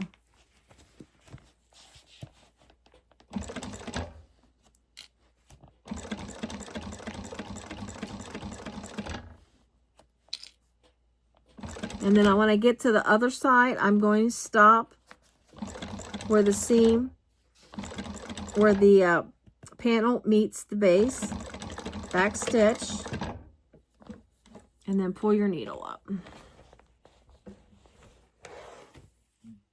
I know I pull my threads really long when I pull a piece out, but it makes it easy for me to grab the threads when I start on the next stitching. Okay, so you've got that all hooked up together right there. And then what you're going to do is you're going to take the side panel, remove your backing for your double-sided tape, and then you're going to match this up at the top of the bag. Make sure where your little cutout is, make sure it pulls out. All right, so I'm going to match at the top.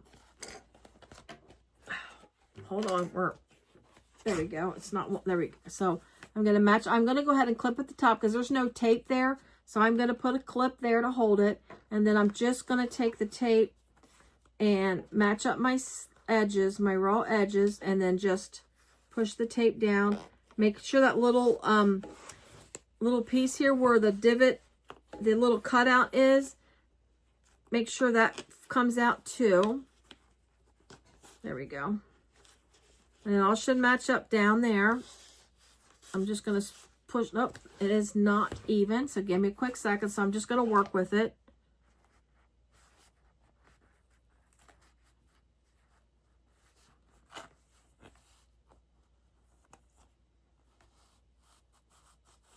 I think, nope, I gotta look at it this way because I keep not lining it up with my edge here. There we go. And I'm going to throw just a couple clips in, but again, that tape helps stabilize it, because see how you're going to be working. Let me throw my piece here. See how you're going to be working with this. It's going to be difficult. So with that double-sided tape there, that does help stabilize it just a little bit. All right. So then what you're going to do is you're going to go ahead and stitch from the top down to that corner. Just be careful. Make sure you stop where you stop. You stop. The stitching is where your other stitching is, that you meet in that corner on that stitch there. Don't like go past it, because you'll be cutting into the bottom, and that might make your, you might get like a wrinkle or a pucker in that corner of your bag. What I'm going to do, let's see here. Get some of this stuff out of my way so I'm not hitting stuff while I sew. All right. I'm actually going to sew from the bottom up because it's going to be easier. So I just got to get it worked in position, and I got to be able to see where that stitching is. So that might be even, I don't know if that's easier or harder, but that's what I'm going to do. So I'm just going to go in here, bring it in, and then start where I stopped stitching. Making sure I'm at my correct seam allowance as well. There we go. I think we got it. There we go. We got it. All right. Needles down. Making sure everything stays lined up.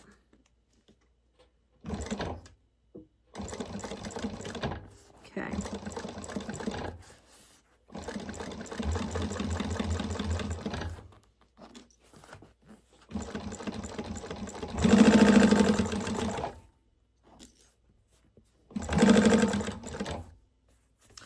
Hopefully I don't hit the camera stand. It's like the stand that the camera's on.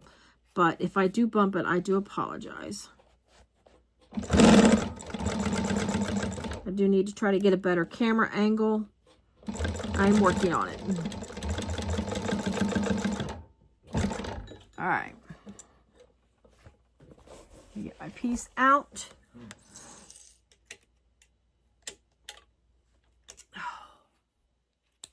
See, now that's stitched on. Let me clean up the threads here on the end. So, if you can see, I'm going to try to show you here. Maybe I can show you on this side. But I've got it started and stopped where it meets. So where my base stops, or end, I should say with the end of where my base stitching is, I placed my needle down there, and that's where I started stitching and went up. Now, if you go from the top down, obviously you would stop in that position. And then you just kind of take a peek, making sure you're okay. And it does look like it's fine. I don't see a gap there. So I'm going to go ahead and do the exact same thing to the other side of the panel. And then I'm also going to go and put on the other and the side panel. So I'll just go ahead and do fast forward motion through the remaining parts of this piece. There we go. That should be a little better. All right, so I'm going to go ahead and I'll just do fast forward motion to put the rest of the sides on the base. And then we will, from there, we'll get to the next step.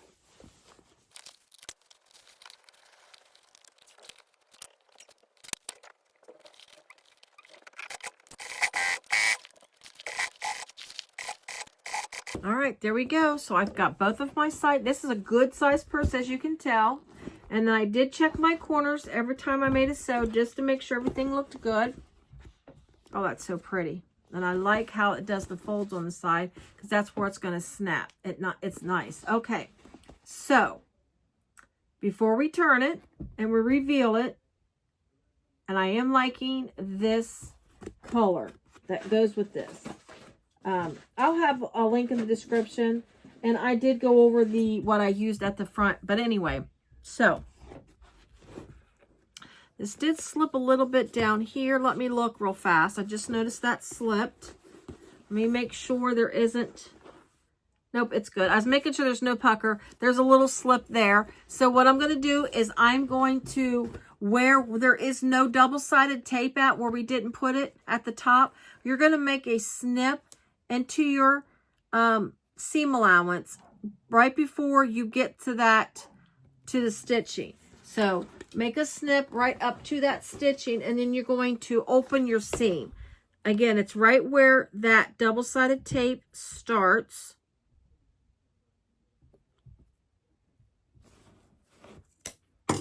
And then you're going to open your seam up. That's how you open. Throw some double-sided tape and be on the back both of these sides here. Well, I'm going to put a piece behind the one here. I'm going to put another piece behind the other side, like this. You can see I'm putting a piece here on this side and a piece on that side. And then I'm going to remove it, and then we're going to open the seam. This just helps hold the seam open. So when you start stitching this together, the seam doesn't shut, and then you end up with your seam really, really thick. And you don't want that, because that's not too many layers to sew through when you put your lining on. So you're just going to open it up like that. All right. Then what you're going to do is you're going to take this and trim the seam allowance down just like you did the base. So you're going to go in and trim this down, and you will trim this, the bottom part as well. But we're going to go ahead and open this one up, and then when we trim it, it's all completed. So we're going to head and trim that out. Put some tape on each side, and then we do, all right, I'm going to get this done on the remaining two sides. I'm going to trim my seam allowance from where it's opened all the way down, across the bottom, and back up again. So I'll be back when all that's completed.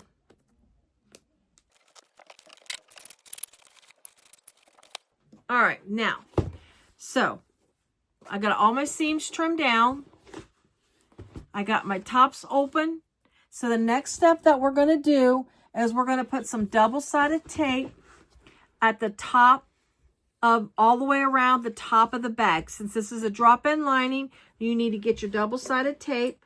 And I am using a 1/4 inch and instead of the 1/8 of an inch, because the 1/8 of an inch will not grip it really well. So let's go ahead and get our double-sided tape again along the whole top of the bag.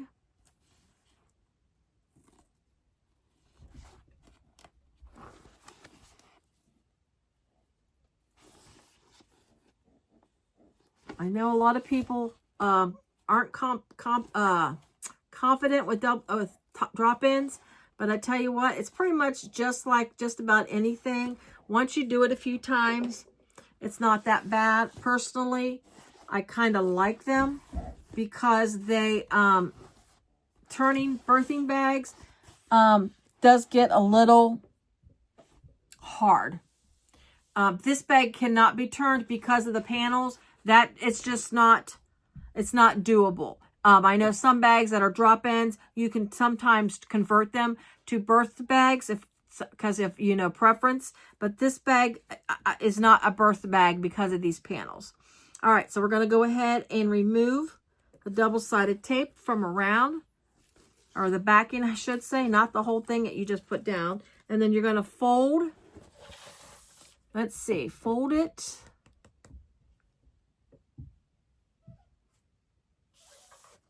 Let me make sure this is the right line. I've got a line drawn, but I want to make sure it's the right line.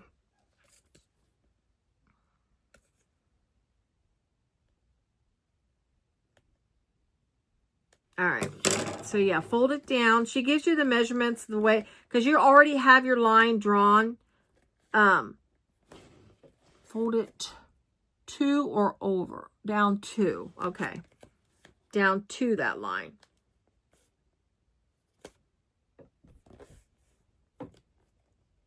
So I'm just doing that real quick here.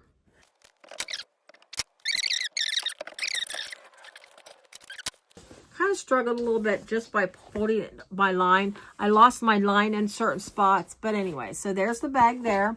So now what we're going to do is we're going to turn it right side out, because we will need that when we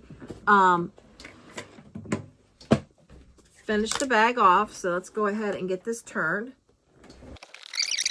Okay. Get the base pushed out. Make sure you check your corners again. I always just double check to make sure. Still looks good. Oh, I like that. Oh, I'm so glad I did this. I'm so glad I did this. Look at that. I don't normally do bags like this. I don't, but I was just wanting something different. And now I got to push this back down after all that hard work. There we go. Not too much of it popped up. I'm going to go ahead and throw a couple clips, because these will pop up by the time we finish the lining. So let me just throw a couple clips just to hold that down.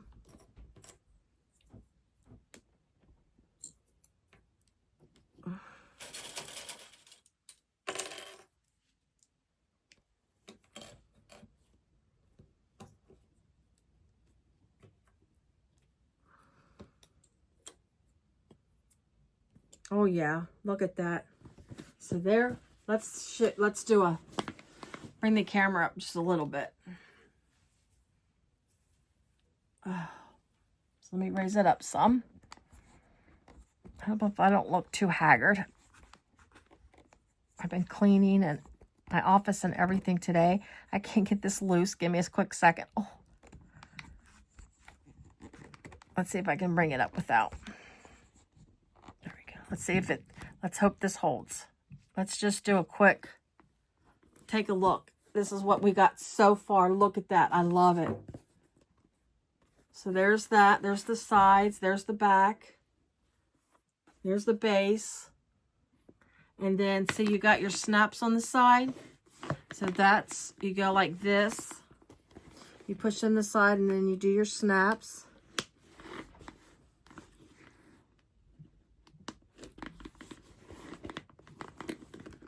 And there you go. Oh, that's cute.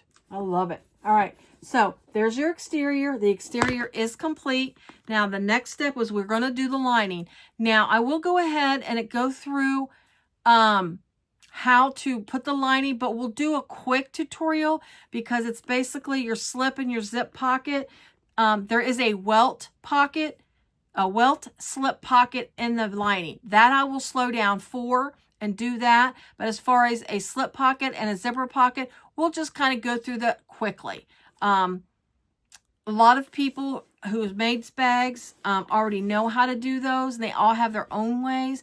So I'll do it quickly for newer bag makers, but I can't wait to get this done. Man. Love Lola. I'm telling you, Love Lola Looks was where this vinyl came from. She sold these two items together. I bought them together. She did like a match with the texture and the smooth. And that's what I bought. And then this is Tulip Bee. Ooh, all right. Let's get to the lining. So I'm going to grab my pieces and then we will get on with the lining. Okay, everybody, we're going to go ahead and get started on our linings pieces. Now, obviously, the camera view angle has changed. I did change my setup from the beginning when I did the base of the bag. I wasn't thrilled about how it was recording, and I haven't reviewed all of my footage, so I could only hope that it is good as far as the showing you how to do the exterior of the bag. Okay, so let's get started. We are first going to do our welt pocket because that's what's going to take us the longest, and I do want to show this in a little more detail than we do on just our basic slip and zip pockets.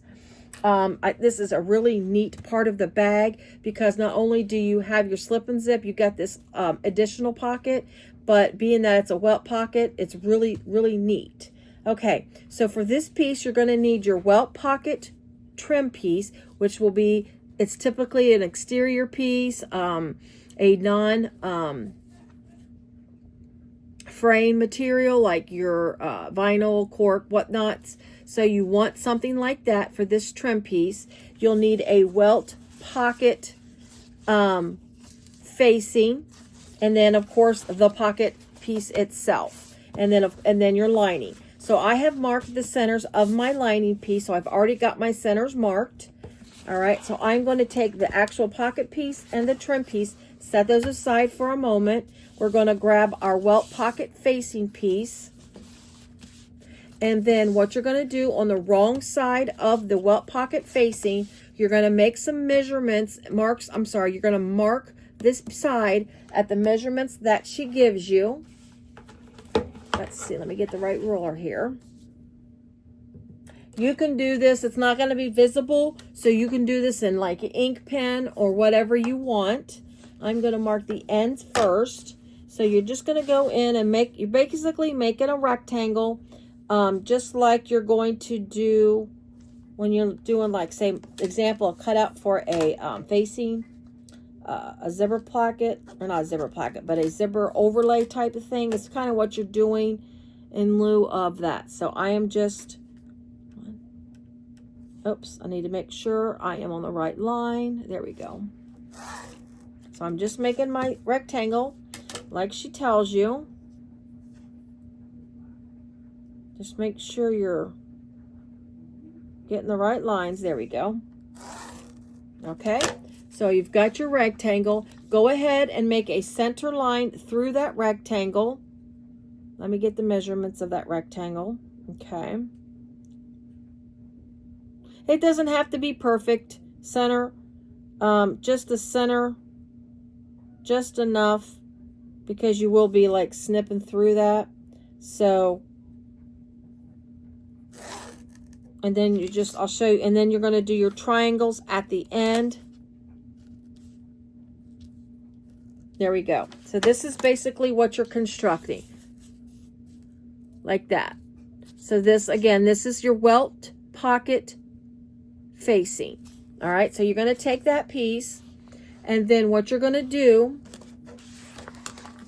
on your lining main panel, right sides together. So let's find the center of this piece, and I can go ahead and do a little snip because this will be inside of the welt pocket. You won't see this. So I'm going to make a little notch just so I can line this up to that.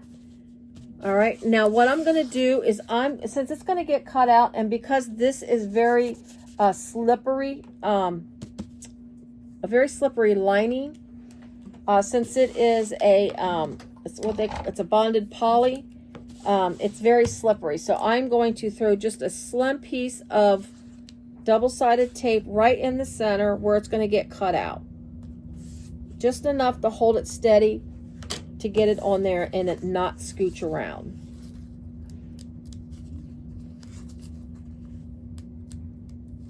All right, this is totally, this is completely optional. So go ahead and make your lay your ruler down. You can do a line with invisible ink. Yeah, whoa. Let's do your line with your air erase pen, or do like this. I'm just placing my ruler down on the measurement, and then I am going to line this up with my center line, and then with that little piece of double-sided tape, it'll help hold it still. Okay, so that's what you're going to do there. So you've got your welt pocket facing, face right sides together on your piece. You've got your line drawn, and then what you're going to do is you're going to go around and you're going to stitch around your box. Now she does give you different stitch length measurements on the box, like from when you go from your point to your end. She gives you different measurements. It looks like it's a smaller stitch length between here and here on the side here. That's totally up to you if you want to stitch it that way or not. I'm just gonna go with a smaller stitch length anyways, and I believe the stitch length, the reason she gives it to you that way is just to help mark it out and the fact that this is going to be snipped around through here, it just gives you a better needle placement. So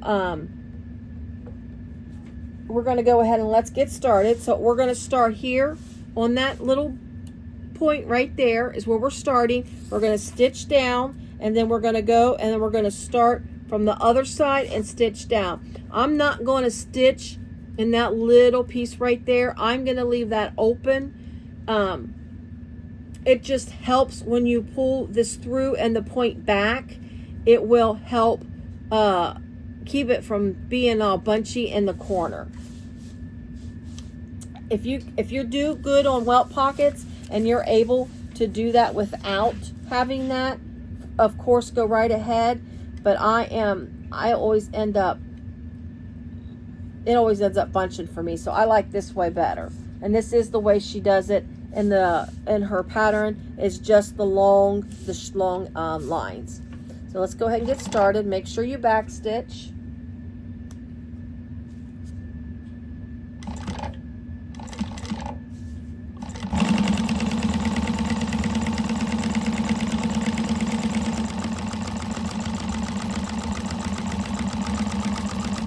When you get to the end, just go slow, because you really want to stay on that end point, because that does make a difference on how this opening lays when you snip it through it. All right, so now I'm just going to go on the other side and then stitch down on the other side. Long edges only, or long lines, I guess I should say only.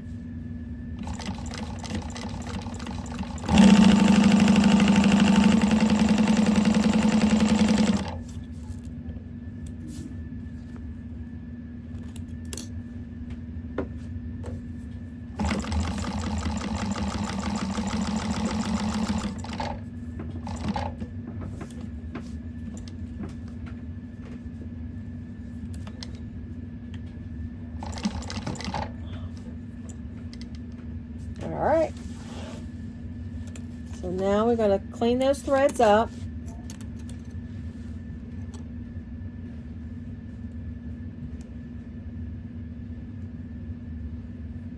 Just one second, I am reading all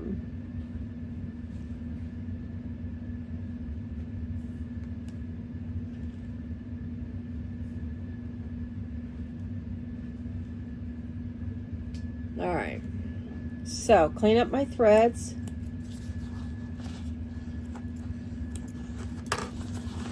All right, now we're going to take our scissors and we're going to cut from the one point where you're here. Let's do it this way where you can see this one better. We're going to cut starting from here. Don't cut from the end. Cut from this point down to the other triangle point, where that point goes to that straight to that center line.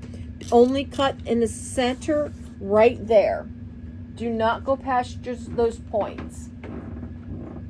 And try to stay as true to the center as you possibly can on your cut.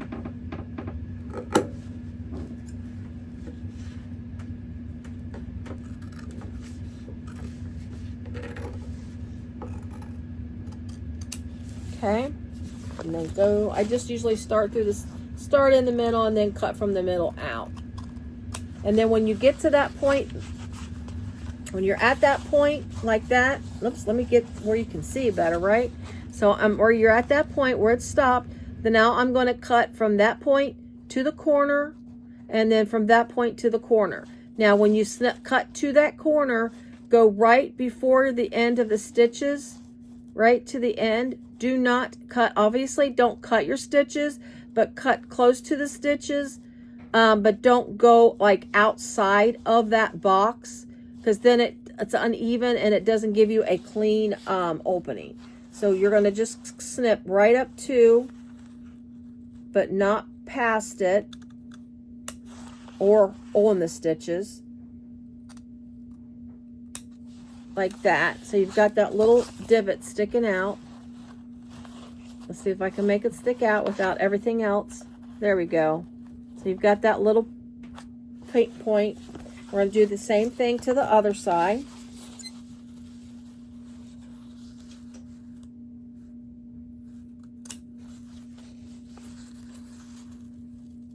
Making sure I didn't cut my stitches. I got really close on that one.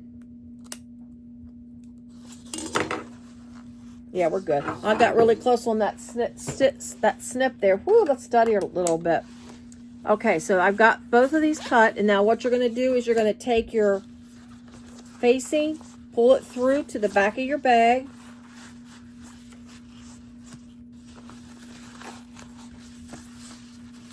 Now, if you're using like a cotton, then you want to press it at this point. I have again, this is a bonded poly, so it does not iron. You cannot iron it. So I'm going to get some double-sided tape and then tape it to hold it down flat. But first I'm going to finger press it. So I'm just going to go along, finger press it. Again, you can iron if you have cotton or a canvas type. Anything that you can obviously press with the iron. So I'm just pulling this out. All right, so let me just grab some tape real quick here, and I'm just going to do that to hold my pieces back. Let me do it this way. It's easier to do it this way. I'm going to put it on the edges here before I pull it through. It's a lot of tape on the bag, I know. It's probably not real necessary, but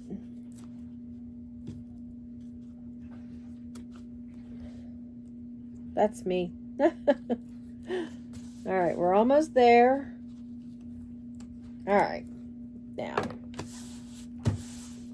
now let's pull it through. Press it down with my fingers.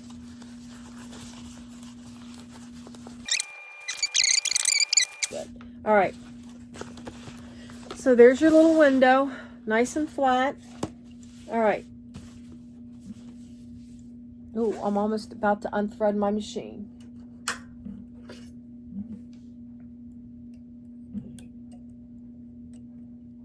There we go. Sorry about that. I almost unthreaded my sewing machine.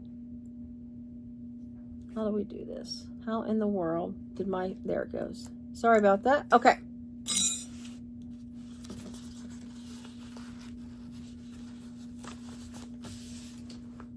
All right, so once you do that, you're going to grab your welt pocket strip, your piece of vinyl, your exterior vinyl cork. You're going to make a line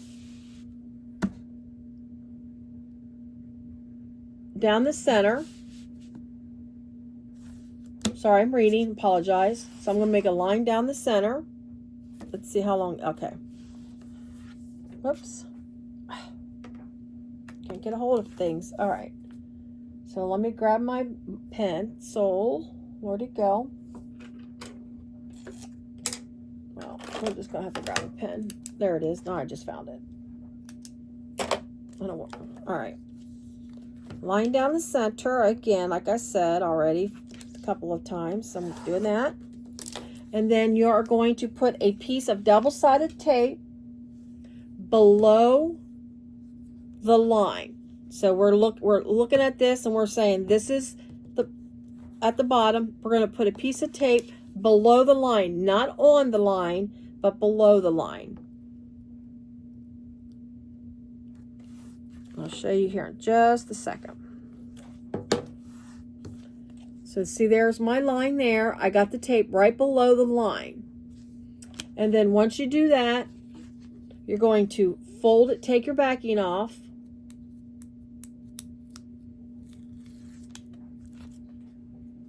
And then you're going to go ahead and you're going to fold it in half at where that line's at. Wrong sides together.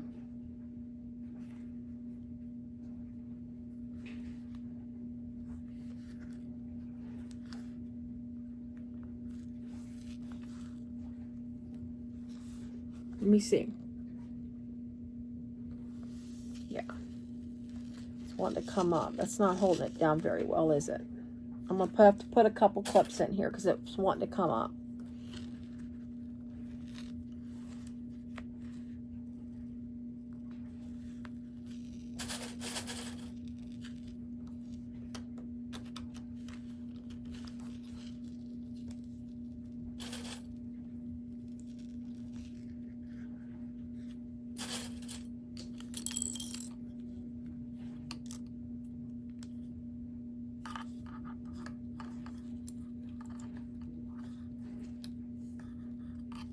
And then what you do is you are going to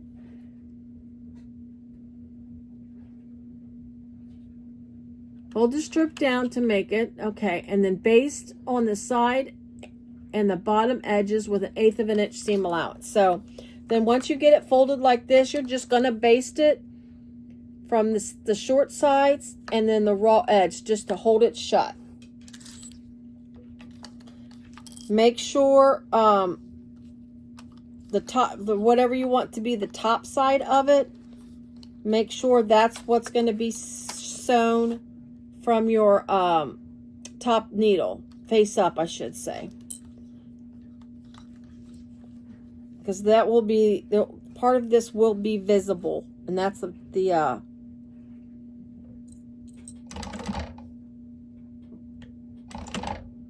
okay, let me get my threads pulled back down in here.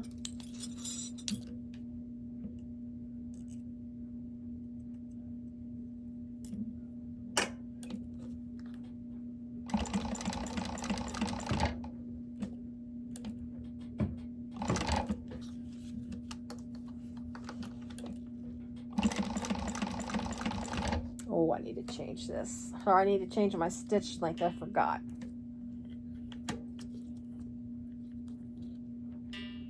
Especially with this soft vinyl. Ooh.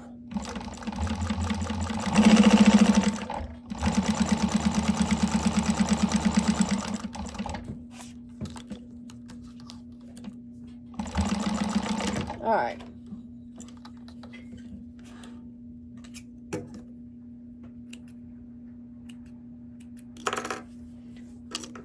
Get my threads cleaned up. There we go. So I just stitched from the short sides down the bottom. And this, again, this is just a basting, so you just want to go 1/8 of an inch away from the edges. And then you're going to put a piece of double-sided tape on the back part. And you want to go use your 1/8 of an inch double-sided tape, staying out of seam allowances. And she does give you what the seam allowance is, how far away you want to start your tape and stop your tape.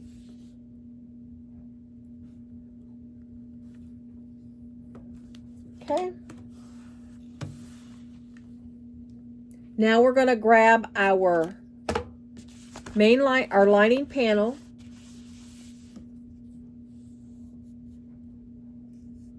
And then you're going to flip it over. You're going to take and remove the backing of your double-sided tape.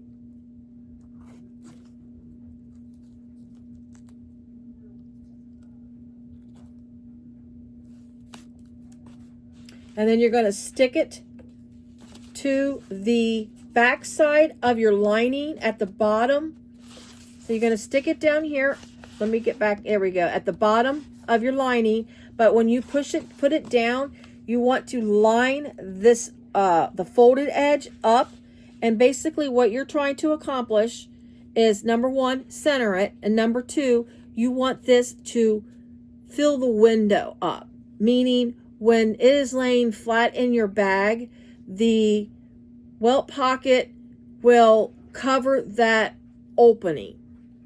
All you'll see is this strip here, but there'll be a pocket behind that. So I'm going to center this out, and I'm going to line this up. Make sure this is laying flat. Let me get my pocket and stuff out of the way because I want to lay on a flat surface. All right. And then I'm just going to line it up. Make sure I'm centered.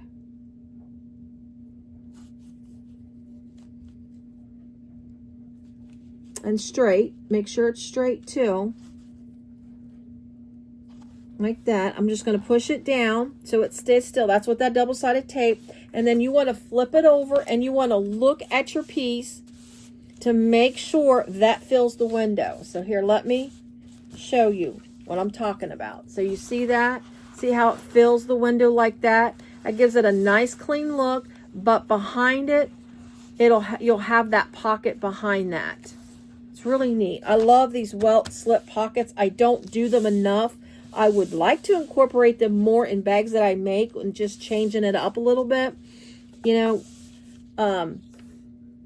But I always forget until I see it. Okay, so you're not going to sew it on yet. So once you have that stuck down, you're going to grab your lining, put some double-sided tape at the top and the bottom on the short edges of your lining, on the right side of the lining. So you're just going to get an 1/8 of an inch tape. Again, short edges, right side of the lining piece. And you're going to actually sew this on, if you're familiar with using a zipper overlay. It's going to be sewn on just like a zipper overlay. So you're going to take your piece, right side, flip your lining back over. So you're going to take the right side of your lining. Let's get our backing off. And then you're going to lay it the right side of the lining to the wrong side. I'm sorry, right side of your pocket to the wrong side of your lining. And you're going to line it up with the bottom edge of your trim. So you should be about roughly 1/4 to almost 1/2 of an inch below the pocket with your lining where it sets. So when you sew this on, you've got the you don't have to worry about missing the trim piece, if that makes sense. So you're going to take this, line it up to the bottom of your trim piece.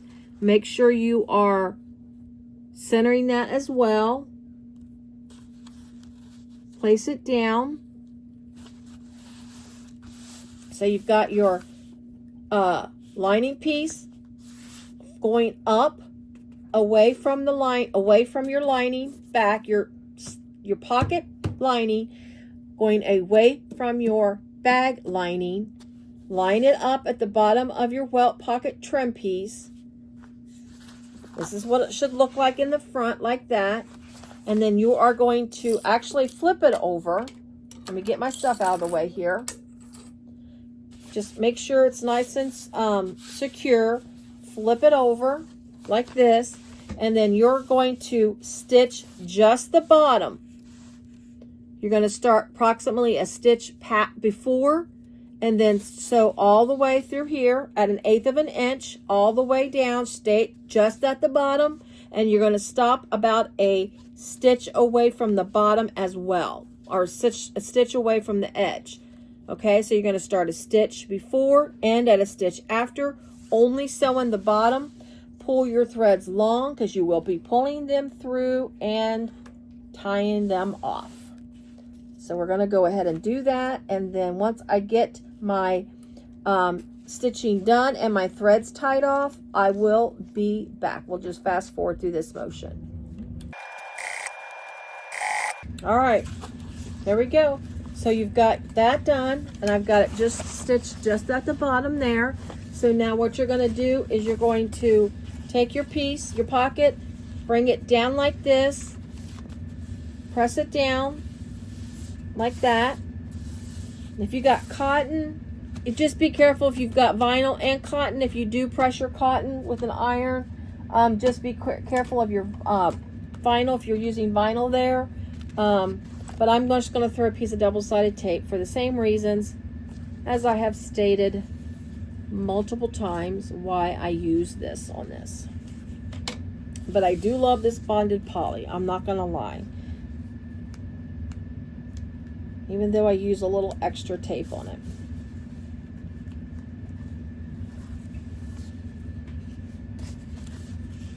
All right, so pocket now are wrong sides together to my lining, and then you're going to grab the bottom of your pocket, take your backing off your double-sided tape like that, fold it up, and then when you fold this up, let's do this. When you fold this up, you're going to line it up to the top of your pocket facing. Wow, I cannot talk today. I'm sorry. So you're going to line the top edge of this to the top edge of your facing piece.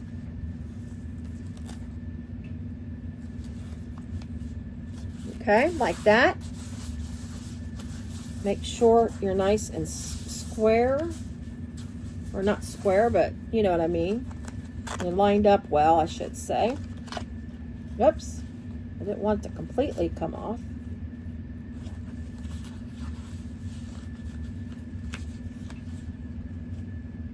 There we go. All right, push it down nicely and then flip it back over. And then what you're gonna do, I'll get my little pointer, where you stopped here on your stitching, you're gonna start there, go up the short, and then all the way across, back down, and stop where the other stitching stopped. And then that's how you close it, not really close it off, but that's how you finish it off. So we're gonna do that. Again, threads long, pull your threads through and tie them off. That way you don't see back stitching. All right, once you do that, you get your threads tied off, flip it back, right side up, take the side of your lining, your main lining, and then pull it back, and you'll have to pull a little bit away from your tape because you want to get your facing piece in that, and then you're going to close it up. If you're worried, I mean, you may have some sticky tape on there. If you just, your machine may or may not like it, so you may, I don't know if you want to peel that or not, but I think I'm good with mine. Mine will not. So you're just closing up your pocket now. Like that. So just closing up the pocket. I'm going to do that to the other side.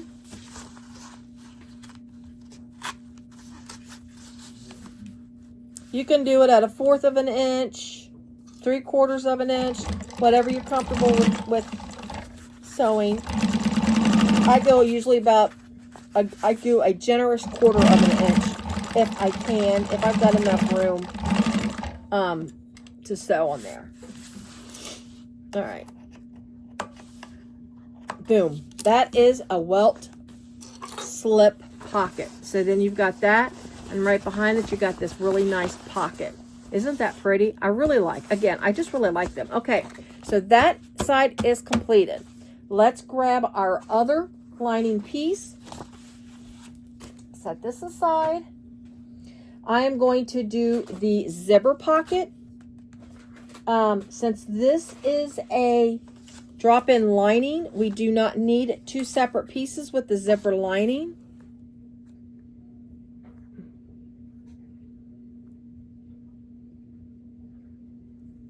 Okay, so I've got my lining piece here. Centers are already marked.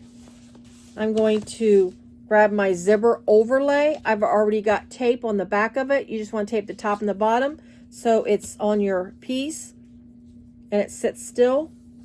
And then I'm going to grab my ruler once again. I know I just moved these out of the way. There we go. And she gives you, let's see, the measurement. She has you draw the box so you know where to position the overlay. I don't necessarily have to draw the box. Basically, I'm just going to go down with the measurement she gives you. I just fold what I do is I fold my overlay in half and just give it a little crease here at the top piece like that. And just so I know, I lay my ruler down at the measurement she gives you, and then I just place it down that way. I just because I mean you do cut it out, so it doesn't matter whether or not that you draw a line. I just this is just the way I've always done it without drawing a line, but she does give you that option. So I'm just going to lay this down, and I just hold on to my ruler, and basically I just push it up against the ruler as long as my ruler's held still and I don't lose my center line. There we go.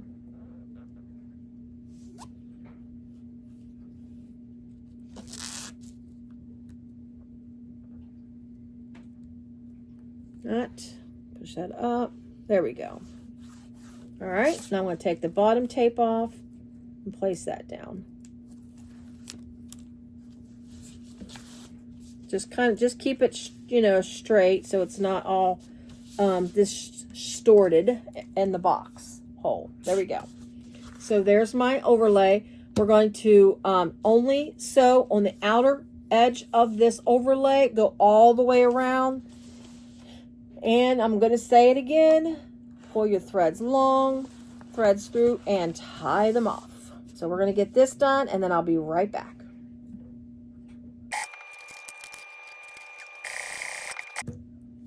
All right, so I got the zipper overlay sewn on. Again, only the outer edge all the way around. We're going to cut out the middle of our piece of our zipper overlay right in the center. I'm going to start here. I'm just going to do a like that, and then we're just going to cut. And then you're just basically going to go behind your overlay and cut out that center where it's you don't see your lining piece. So I usually cut through the middle, and then I'll turn it over, pull the lining back, and then just cut to where my tape, where the tape is, matches, and I just cut. Doesn't have to be beautiful. Just make sure you don't cut your overlay. And again, you're just wanting to not see this lining piece in your middle of your window. Is what you're trying to achieve.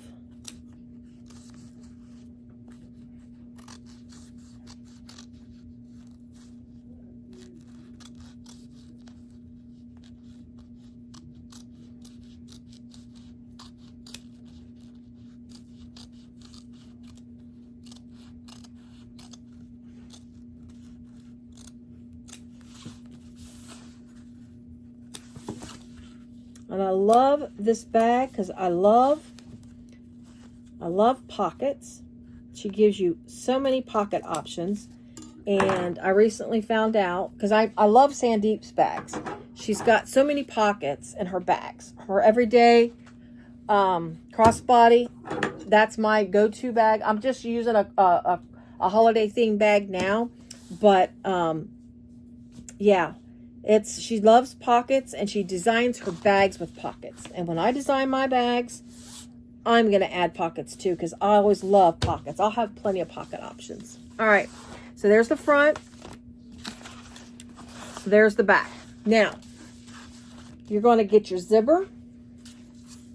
I did cut mine a little long, a little too long as a matter of fact. Double side tape to the front of your zipper. I put my zipper pull on after I get my zipper in my window. I don't like, because the zipper pull will put a bump in your zipper, and I struggle with that bump when I put my zippers in the window. So I put them in the window, then I put my zipper pull on. So double-sided tape on the front of your zipper. You're going to center your zipper in the window. And I'm just going to use the center point that I have marked on my lining. I'm just folding my zipper in half and making a crease. Take the top piece off. And then I'm just going to lay it down in the window. So that I know where my center is. I'm just keeping my eye on the center. So I'm just going to eyeball it and then center your... Oh, that looks so good. Push it down just like that. And then I'm going to lift it up. Now, I do like to cut my zippers a little long. This is a little longer than I normally cut them. My zipper tape on my lining, because I do my zipper pull after it's on, and that does give me a little leeway to pull back. So, are you serious? All right. That's just a tip that I do. So there you go. So my zipper is nice and centered in my window. I love that zipper tape color with this vinyl. Oh my gosh. All right. Grabbing my zipper pull. I have it out. There it is. It's a real pretty butterfly. I think it's real pretty to go with the floral print. Again, this bag is an absolute spring summer bag. All right, so let's get the zipper pull on now. So I just pull it back, and then got that little extra, and then I just sneak my zipper pull through the window. Whoops, If I can hold on to the zipper long enough, the pull I should say. There we go. All right, Dick. Zipper pull achieved. Had to go a little bit of zipper chasing, but we got it. All right. Now what we're going to do, just like we did the welt pocket, we're going to stitch at the bottom of your overlay. It's exactly the same way. Bottom, we're going to stitch. Then we're going to pull our threads through. First, we're going to put our lining on. Let's do this. Okay, zipper pull achieved. All right, so first thing we're going to do is we're going to do the put our double-sided tape on each short end. And honestly, actually, I mean, this is going to be done the exact same way we did our welt slip pocket. We are going to put this on the exact same way. So I'm just going to go fast forward motion through this whole thing since I already did it in slow motion. So we'll fast forward through this, and if you need a refresher, you can always back up to the welt pocket, because again, this gets put on the exact same way. And then once we get it all done, we will be right back.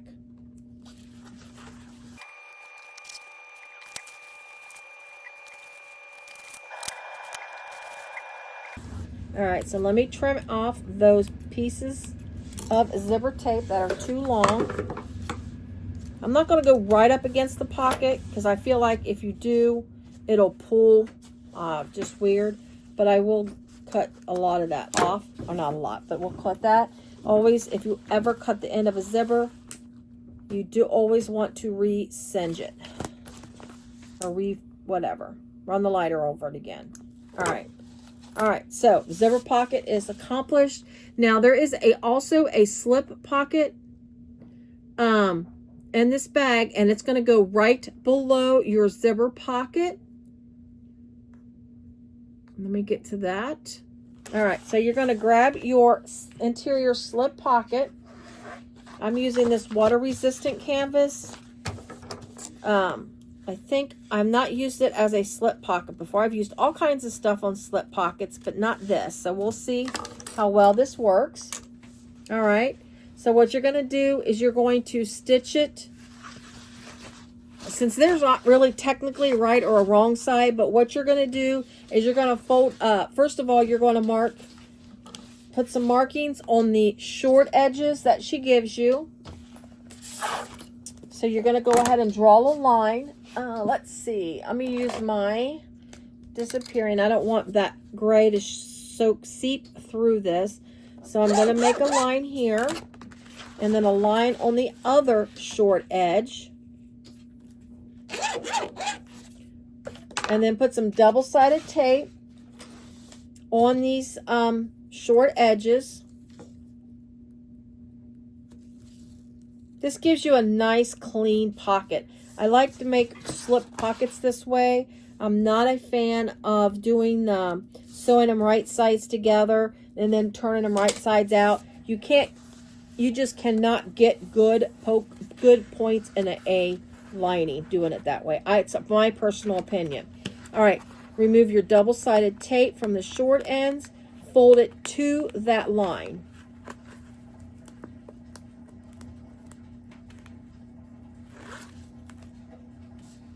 Just right up to the line. Now this is this canvas. I'm going to have to run my roller over that to get that to stick well, so it doesn't come off as I'm working on the other side.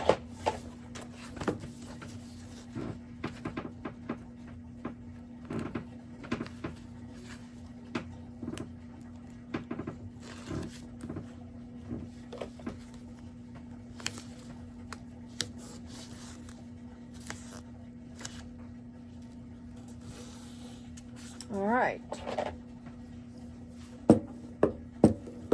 Now, you're going to fold it you're going to fold it wrong sides together like this. So meaning your folded ends here, like me, if I don't technically, I mean, I know there is a right side and a wrong side sometimes. It depends if it's like the shiny or the flat side. I think I don't know, but I'm not good with that. But anyway, so where you folded it in, you're going to fold this up together like that. Throw a couple clips in it. I always use my flathead screwdriver to help those corners out, to make them nice and clean. Hold that. Take it down, and then I just use my flathead, and it just makes it straight. There we go. Whoops. And then what you're going to do is you're just going to baste a stitch along the top. That just holds it shut until you can get your trim on. So let me get a couple things out of the way. Well, there went my lid, but that's fine. I can get it later. So we're just, again, just top stitching, just to hold it, or I should say basting this down.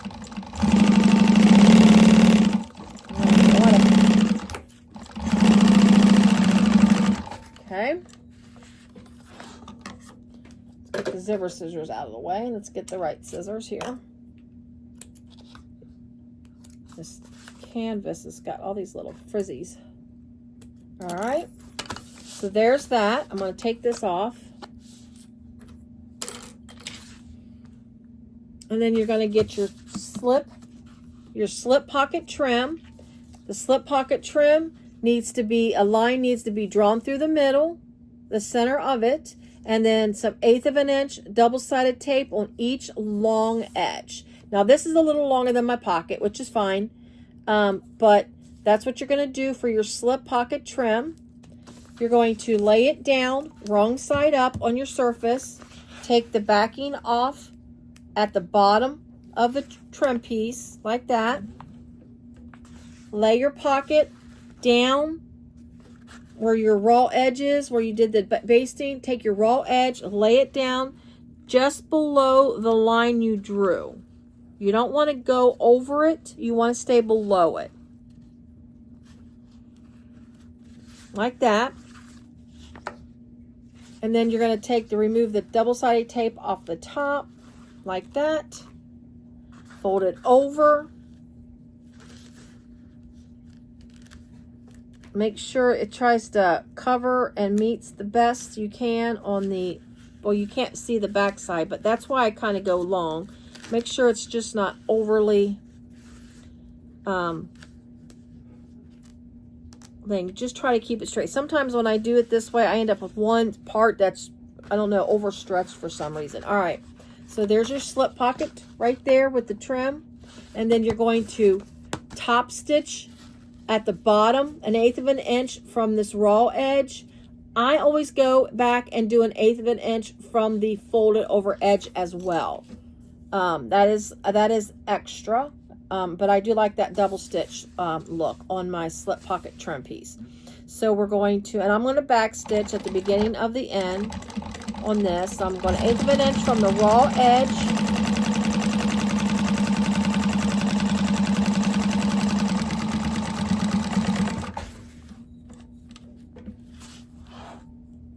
And then I'm going to go ahead and I'm going to throw an extra stitch in there, and I'm going 1/8 of an inch from the top.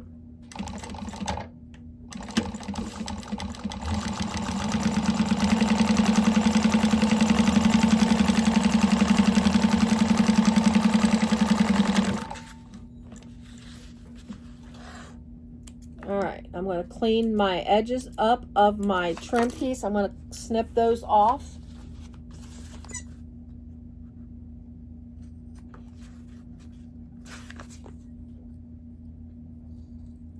All right, so there is my slip pocket. Now, you can divide, of course, divide your slip pocket any way you want. You're not sewing the sides down yet either, by the way. Those stay open. Those do not get sewed down and sewed shut until you sew it onto your lining piece. You can divide this any way you want to divide it. She gives you where it goes in the center, and then you put rivets, a rivet in the center and 2 rivets on the side. I will put the 2 rivets on the side, but what I'm going to do is I am going to divide it out to where I have 2 places to put pins. I like little extra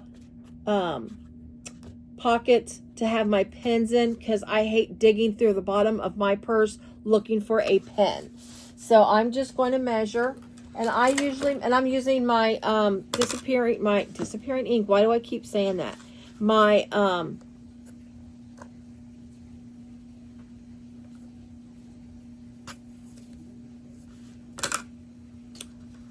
pen. I don't know why, my brain I'm sorry, I shorted circuit for a quick second. Sorry about that. So what I'm going to do is, I know I'm going to top stitch this at 1/8 of an inch away from that edge. So I'm going to go in at 2, and from the line where I imagine my top stitching is going to be. So again, from 1/8 of an inch. So we're going to go about 2. That's 2.5. That's 2. Yeah, 2.5 inches from my imaginary stitch line. I'm going to draw a line, okay, with my pen here. And then that should allow me 2 pins in that pocket. Now that leaves me in a rather large pocket. So I'm going to go ahead and say you've got a lipstick or something. Let's see, that's 4 inches. That's 2. I'm just guesstimating a pocket size here. So that's 1, 2, 3.5 inches. Let's make us a 3.5 inch pocket. And that will give us roughly a 4.5. So I'm marking it out like roughly a 4.5 inch pocket, 3.5, and then a 2.5. That gives me the 2.5 gives me a place where I can put 2 pins. 3.5, you can drop a lipstick. That's plenty. Where you can put a lipstick or a chapstick or something like that in this little pocket. And then you can put maybe even a compact in that pocket. And it fits nicely. It's not going to fall out, and you don't have a droopy pocket. So that pocket's nice and marked. I'm going to throw just a tiny bit of double-sided tape on the back side of my slip pocket just to hold it still. You can use like washi tape, magnets, like those Sew Tight magnets. I don't have any of that. So I am going to get the trusty old DST out.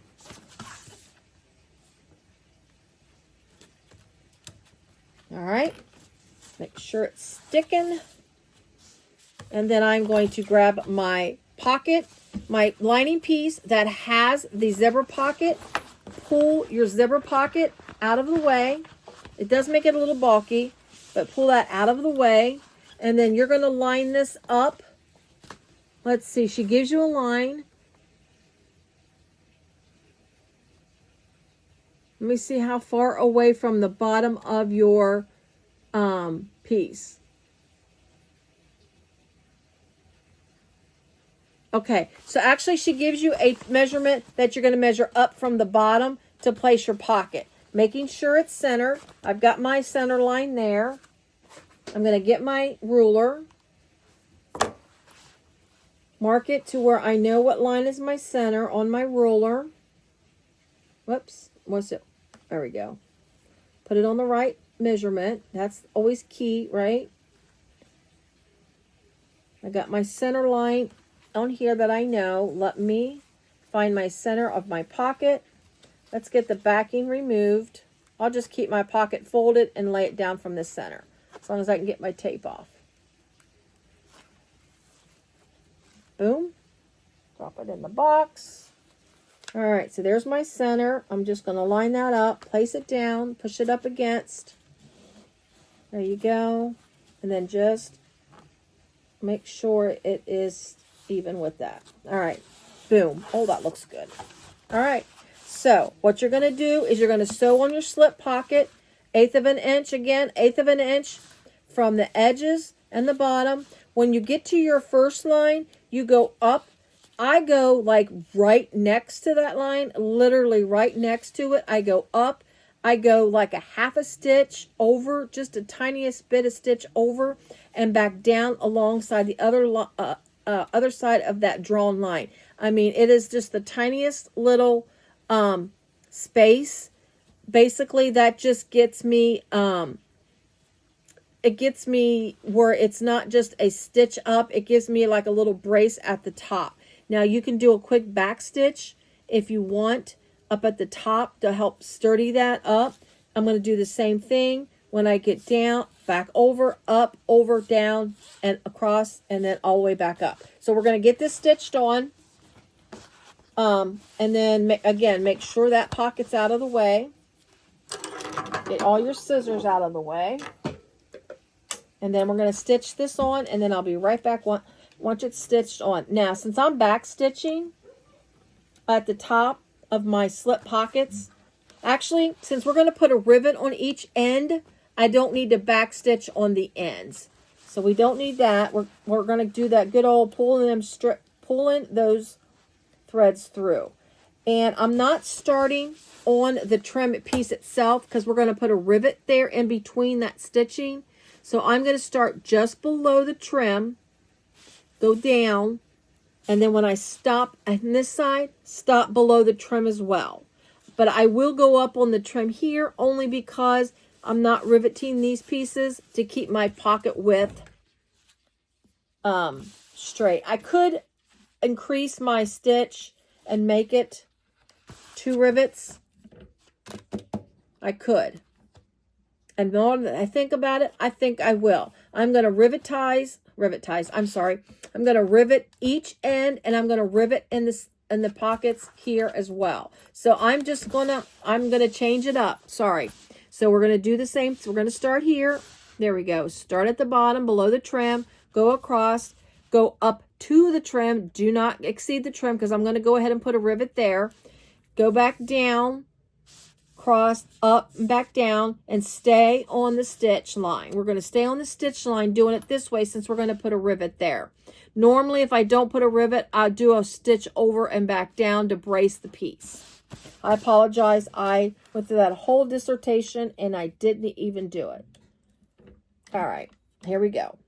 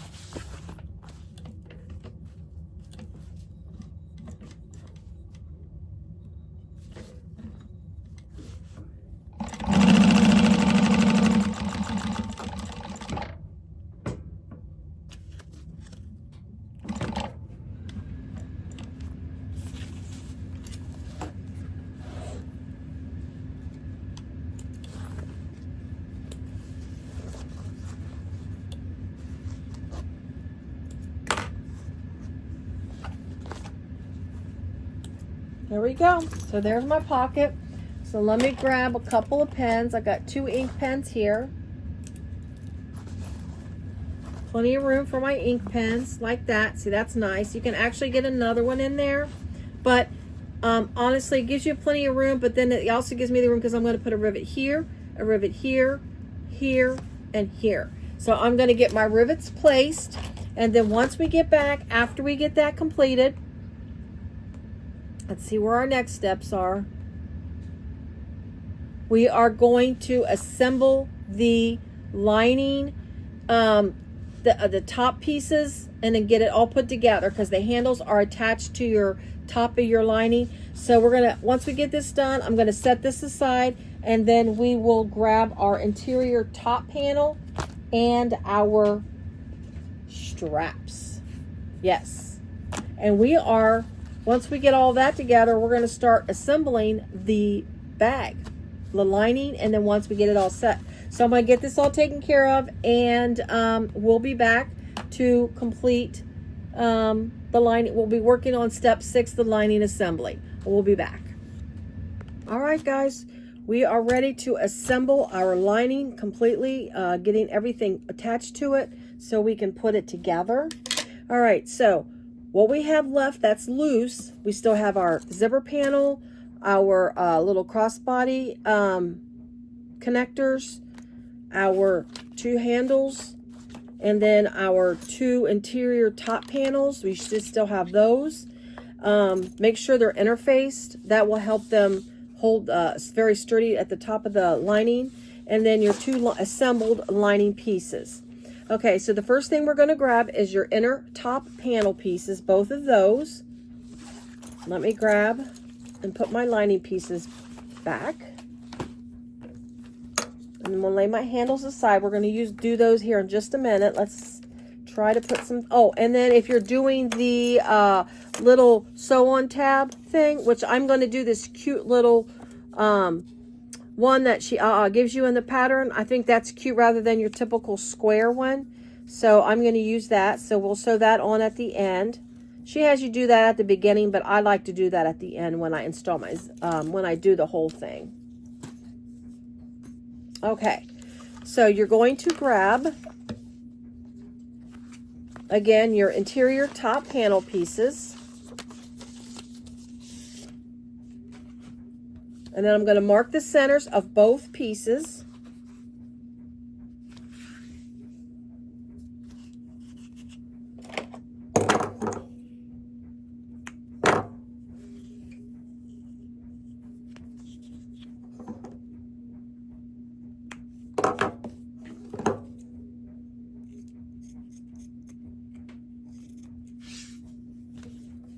I do have this, just like my main panel pieces, because this vinyl is so stretchy. I did put some 101 loosely, meaning there's not going to the very edge, but it's still a little bit in my seam allowances. Again, because this is stretchy, and then when I start sewing this on to my bag, I don't want it to stretch or distort. So I do have 101 on this particular vinyl. But again, it's loose. It's within the seam allowances, but yet it's not all the way to the edges. Okay, so make sure you're positioned correctly on your pieces, meaning this does have an angle to it. So this is the top where the narrow part, the wider part goes, so gets sewn to the lining. So you have it right side up. Make sure I've got them right. And then what you're going to do is she gives you measurements to go out from the center out to draw a line. So I'm going to grab my, I just had my pen that, there it is, that disappears. I call it my invisible ink pen, which is not true. It's just for some reason, that is what comes to mind every time I grab this pen. So I'm going to draw a line from the center out on both sides. Make sure it's straight. I was getting ready to go at an angle. Let me turn this light on here. Get my machine going. All right.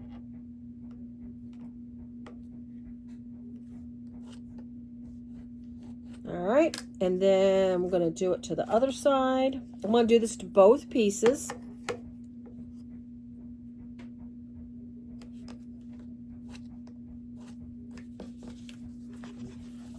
Just make sure when you attach your handles, we're not waiting too long where the ink disappears, which I did that earlier.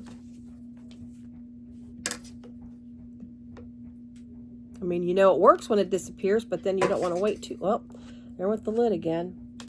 I already picked it up once. We're not going to get it yet. All right, so I got my lines drawn on both sides of the line of the center point. There's the center point there. So I've got the lines drawn. And then she gives you another placement to mark from the center out. Find my line here. So I'm going to draw another line. And this is, like I say, this is for placements of handles, for placements of your the little strap connectors. So this is what we're doing. We're marking placements for that. I need something dark on the back so I could see this better. This cream on this off-white table. Hard to see, not gonna lie. Could be me though. All right. Draw my other line on the other piece.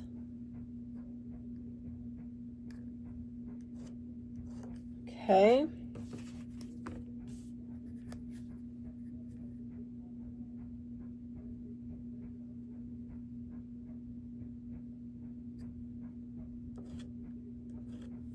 All right. And then she gives you one final mark. Oh, wait a minute. This is for your, okay, so you've got your lines drawn. And then you're going to get your D-ring connectors. Your little, guys, I've been calling them strap connectors. These are D-ring connectors. I'm sorry. She gives you a line to draw. And what this is this is the placement of how far down you're going to put it in your, sew it onto your upper lining or your, well, she calls it something different. Interior top panel. I call it upper lining. It's interior top panel.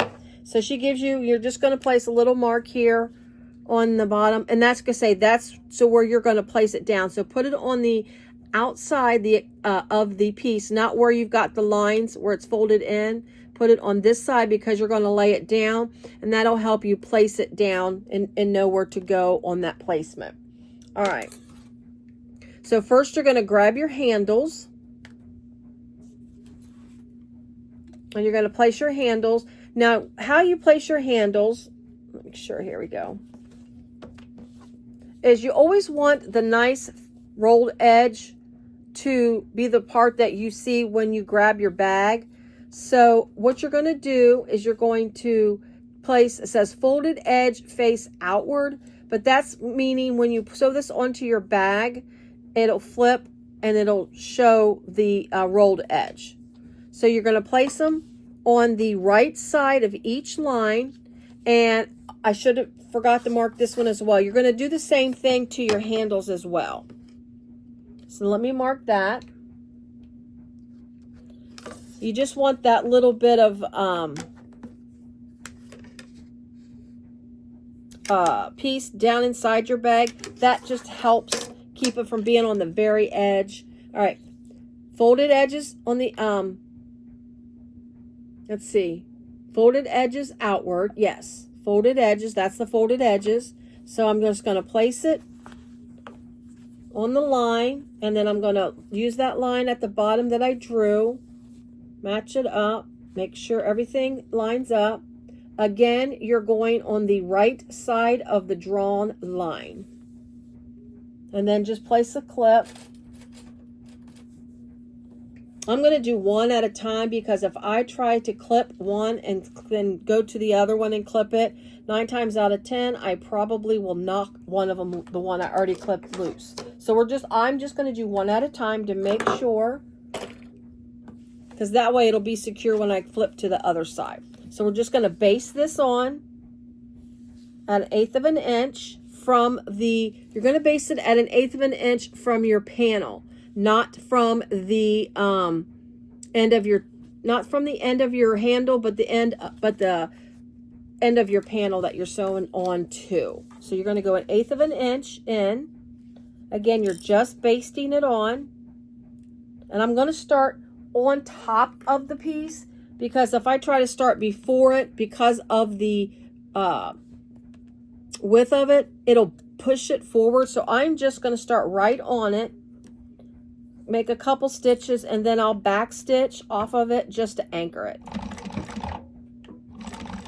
But don't backstitch or go forward too many times, especially if you have a soft vinyl. It will start to rip your vinyl, and then your handle will be destroyed. So don't go too crazy on backstitching, which I have. That's why I say. Usually when I say stuff like that, I've probably most likely done it. 99.9% chance that I've done it. All right, so I'm going to take this, bring it to the other side. Again, matching it up to the, so this side, you're going to go to the left side of the drawn line. Got my line. Let me see if I am, push this back a little bit, still on the line. I'm going to put a clip here, then drop it on there, and then I'm going to do the exact same thing to this side, and then I'm going to grab my other panel and sew the other handle on. So once I get both my handles sewn on, I'll be right back.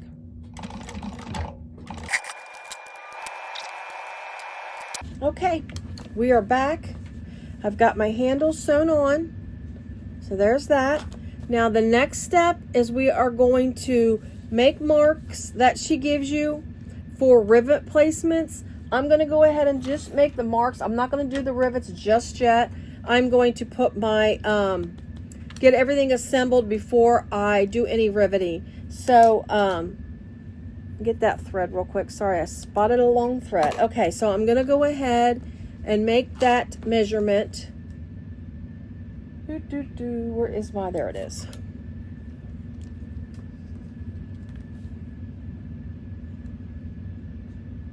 Let's see.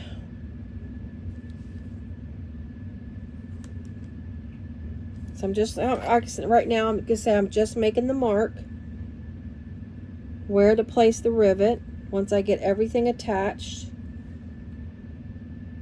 I'm doing that on both ones, both handles. See, there's you got that rivet placement there.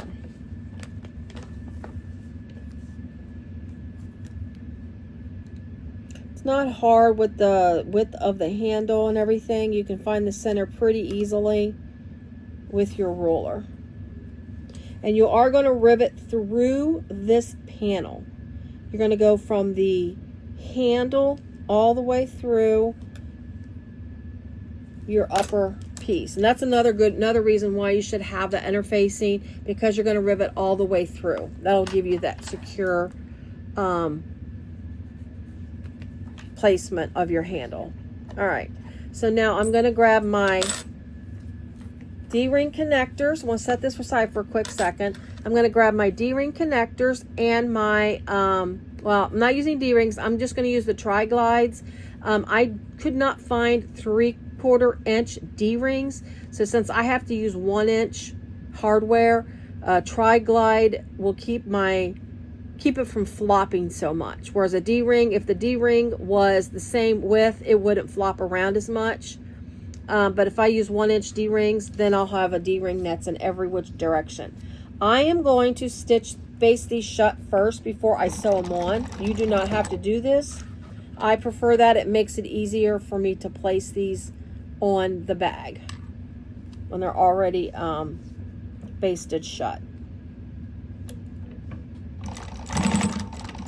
And I'm not going to backstitch because, again, all this is just to hold it still till I get it sewn on the bag. All right. So once I have that done, I'm going to grab my paste back. Now, I had you draw an extra line, and you really shouldn't have. This was not necessary. Only one line to the right of the center is all you need when you draw that second line. I did the exact same thing when I was tester. I automatically drew that line by accident. I just was, I guess you call it muscle memory, where I'm just used to drawing lines. So you're only going to need one line on the handle piece like this, because you're only going to put one connector on one handle, and then you're going to put the other connector on the opposite end on the other handle, which I'll show you here in just a second. So going to the right side of your handle piece, you're going to place your connector down at the line that you drew, or if you haven't drawn it yet, draw your line. I'm going to hold it in place, and I'm going to do the exact same thing as I did with my handles. I'm going to baste it on at 1/8 of an inch away from that raw edge of the panel.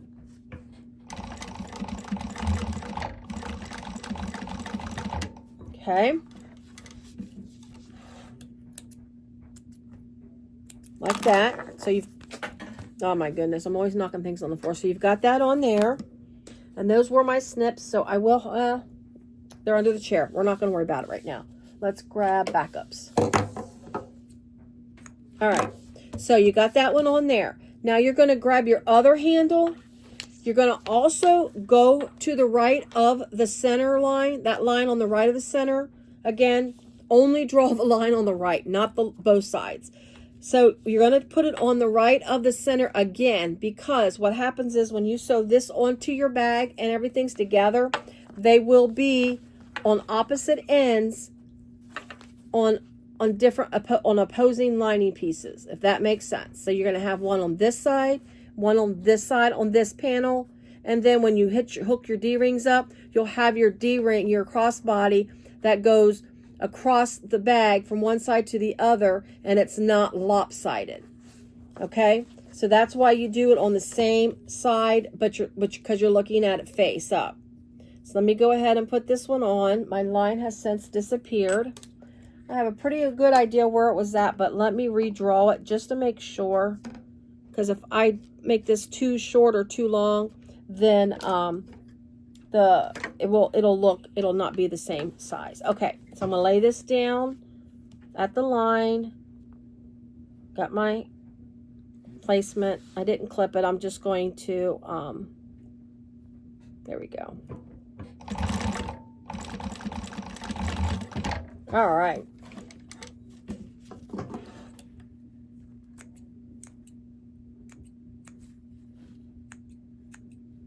All right, let's get these threads off here.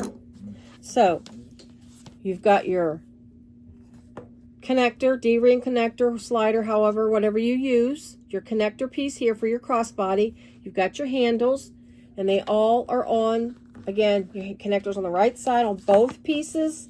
And then you're going to draw a hole for a rivet. Well, let's see, I don't think she has you do a rivet hole on your D-ring connector. There really isn't a whole lot of room to do it with, so we're not going to. You could if you wanted to push the boundaries, but by the time you get your seam allowance on here, it may be too close and you may not be able to get the rivet in there correctly. But we're going to sew it onto the lining real quick. All right, so now that's what I say. Next step is the lining. So I always start with the back of my lining. It's just how I work it. I forgot to show you my rivet placements. I didn't think to show you when I came back. So I got all my rivets on my pocket. And make sure when you put your rivets on, your pocket is out of the way when you punch the holes and everything. You don't actually put a hole through your pocket and rivet your pocket shut. Just saying. I didn't do that this time, but I almost forgot. All right. So pocket, I start with the back pocket. So I've got my pocket lining, I've got my zipper placket, and then one of my handle pieces. I'm going to call it a handle piece. So one handle piece, and then when you place your zipper placket, it's always right side up, wrong side to the right side of the bag. So you're always looking at your zipper placket right side up when you place it onto your lining piece, because this is what you're going to see when your bag is sewn shut. I keep seeing threads. I'm sorry. I keep seeing threads, and I'm worried that these threads are going to show through the bag. Oh. There we go. Almost. All right. So I'm going to hit the center mark with my placket. I'm just going to throw a clip there just to hold it still. All right. Going to grab my lining or my little handle piece here. Flip it. And this is going to go right sides to right sides of your placket. Center mark, put it with your center piece here. And then you're going to clip it all the way on both sides. I typically go from the center out. So I will, that way if there's any little bit of extra, sometimes you might get a little extra, or it might be just a smidgen short, you can work with it. Sometimes when you go over these big pieces and these humps in your top, it can make your piece go a little short. So you just kind of maybe, if you might have to, is just kind of work it out with your lining to make it work even out, or just be a smidgen short. So there's that. Let me put one more clip in here. Right there. Okay. So let's just hold that still.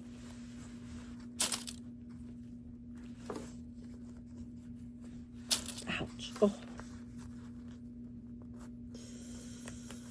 If I could bend the fingers, that would be much easier. All right. So I'm just working it out. That looks good. We match up.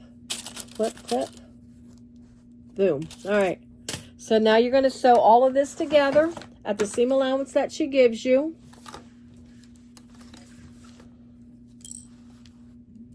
Make sure your seam allowance is a little, you can do it a little smaller. I'm going to go at a 4 where my top stitching is a 5. I'm going to sew this at a 4, and then I'll just increase it when I top stitch when I'm done. So we're going to sew this on. Just be careful when you get to this bulk. If you need like a hump jumper or something, grab that. It'll help it go over it a little easier.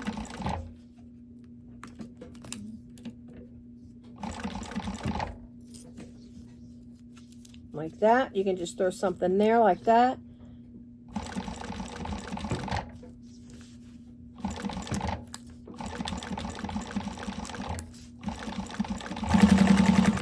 A little bit of layers here, so just go slow over your layers.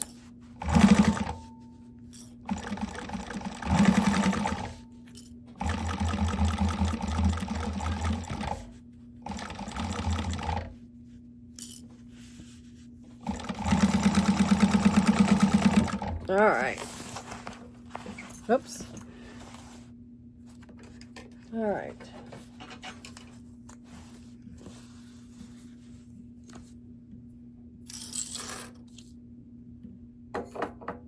So I've got this all sewn together. Keep these pieces sticking out. That's very important to have those pieces sticking out. So now what you're going to do is you're going to flip this up, and you're going to point your seam allowance down towards the bottom of your lining, your handle up, your zipper placket up, and then what you're going to do is you're going to top stitch on the lining. Everything, all this part here that you just sewn on, all that goes up in the air. Just kind of crease your lining a little bit, stretch it out. Don't, of course, overstretch it. If you have a narrow foot, you could probably use that at this point, simply because when you get to your little D-ring connector or your D-ring, it's going to be very close. You may run into that. I'm not going to switch out. My skinny foot is, I don't know, it doesn't work well for me. So I'm using my same foot. I just have to be very careful when I get to that point. So I'm going to top stitch here, and then we'll get to the next piece here. Let me go ahead and get this top stitched. Again, everything put up to the ground, and you're top stitching under your zipper placket. So this lining piece is done. You've got everything all attached to it like that. Now we're going to grab your, I'm going to take my zipper, pull it down some. Now you can remove the zipper at this point if you want. I'm just going to leave it as is, and I'm just going to throw a clip here on the end so it doesn't come unzipped. That's a good way to keep it from unzipping. I'm just doing it because that zipper is a little on the heavy side. All right, so I'm going to now grab my other lining piece.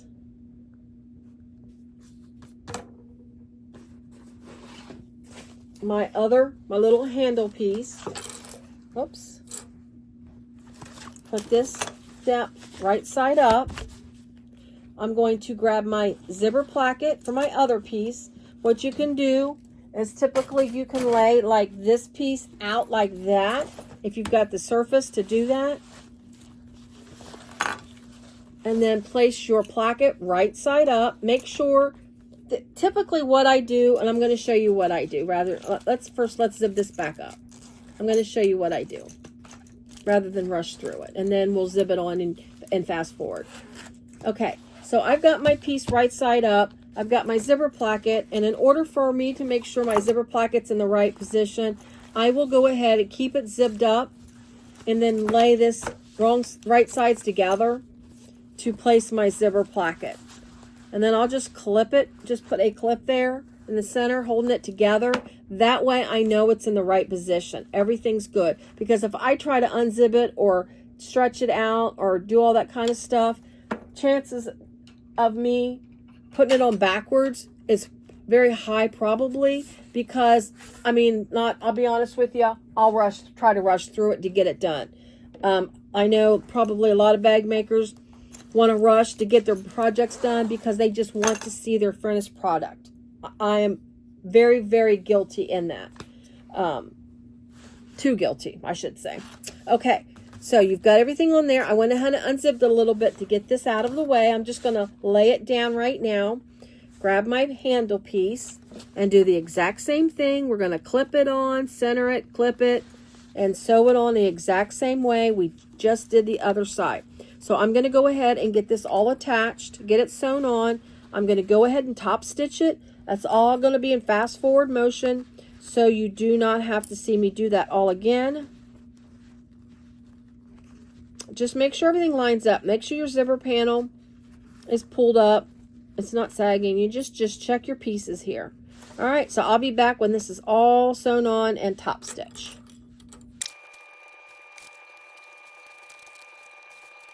All right, we got our handle pieces. They're all put on. Everything's put on, all your plackets. Let's see. And then, so what you're going to do, once you get all of this put together, it's all top stitched, you're going to put them back together, right sides together. I'm going to go ahead and zip it back up so it stays still. Get my pieces together so it'll zip up. There we go. Put them right sides together. First, you're just going to clip the bottom. So she has you sew the bottom first. It's really kind of neat what she has you do, which I like it. So I'm going to just clip the bottom shut. And then she has you go ahead and sew the bottom first. Instead of going down the sides, the bottom back up, we're going to sew the bottom up first. And then sew it at the seam allowance that she gives you. Let me decrease my seam allowance real quick. Oh.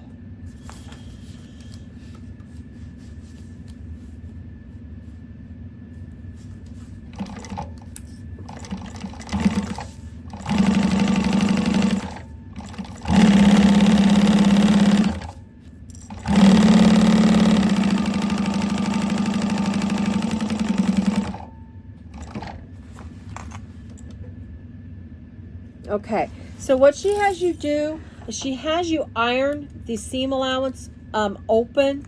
That's, of course, if you're using cotton.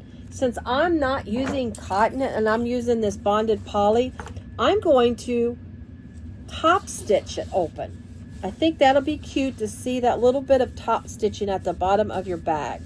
So I'm going to press it open my bag. This is just the extra. Like I said, she has you press it, the seam open. Now I've got this in the way. I can work around that.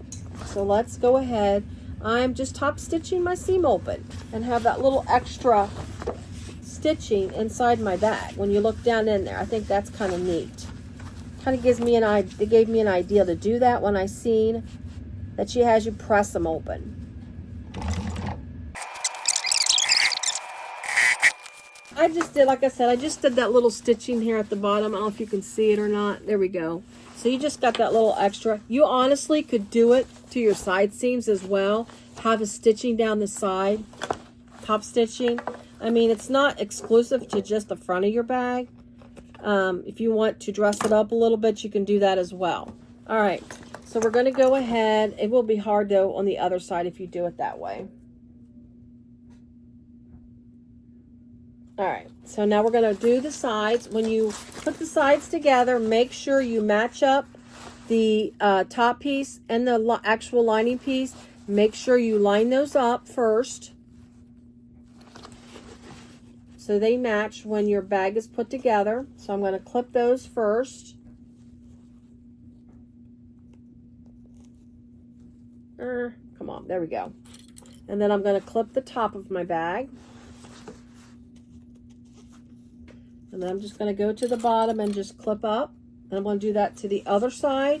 And then once I get this all clipped up, I'm going to stitch down both sides. I am not going to do any top stitching on the sides of the bag.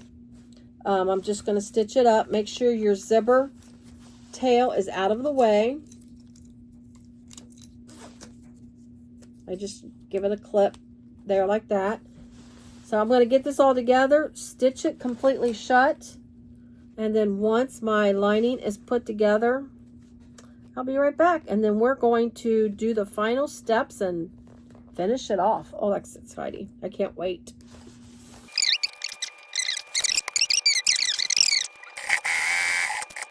Okay, so once you get done with all of that, because you got your seams and we're not doing any kind of opening or top stitching, you're going to trim your seams down. She gives you the measurement as to where to start your trimming, and it can do that. Let's see. Yeah. So I'm going to go ahead. She actually has you trim down your side seams before you do the boxing of the corners. I mean, I don't know that it makes a huge difference, but if you want to follow the pattern exactly, that's what you do, is you trim down the sides before you box the corners. I just start like that and just trim up.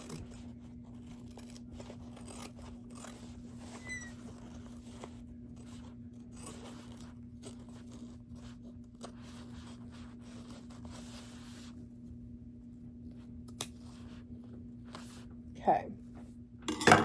I'm going to put some double-sided tape where it's the little what's left up there at the top. I'm going to throw some double-sided tape on each of these little tabs. That'll hold my seam open when I attach it to my bag. But I'm not going to open it yet because it may come unstuck before I get a chance to put it in my bag. All right, just trimming the rest of it down. Okay.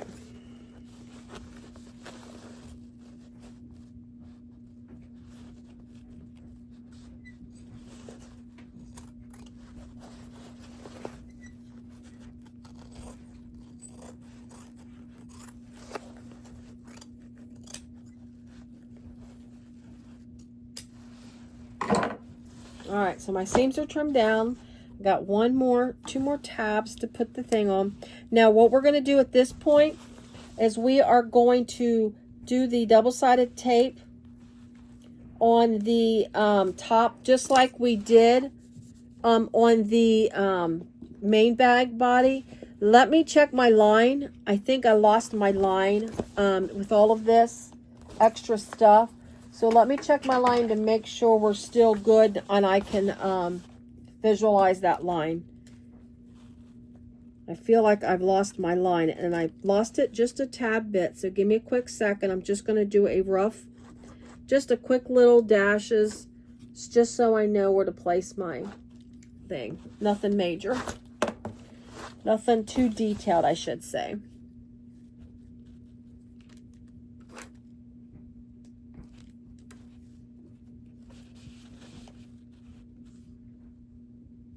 Oops, where's my line? There it is.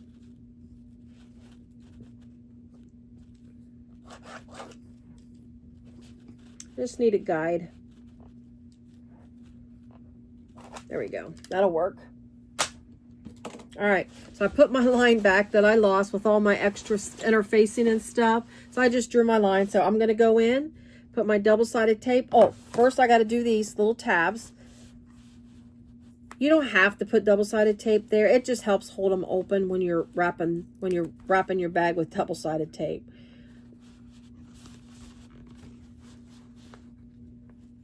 You could tack it with your sewing machine if you want. I've seen people tack this top piece. I've seen people do like stitching to stitch it down. That's kind of nice looking if you stitch it down. Or you just don't do anything at all. Just open them up as you put your tape down. All right. So we're going to go ahead, throw this on, and then I'm going to do the exact same thing I did to my main panel. I'm going to fold the edge down to the line that is drawn. And then once I get all of this done, I'll be right back. I don't think you need to see me tape and fold sides down again. So we'll fast forward through this, and then I'll be right back when we're ready to drop the lining in the bag and top stitch.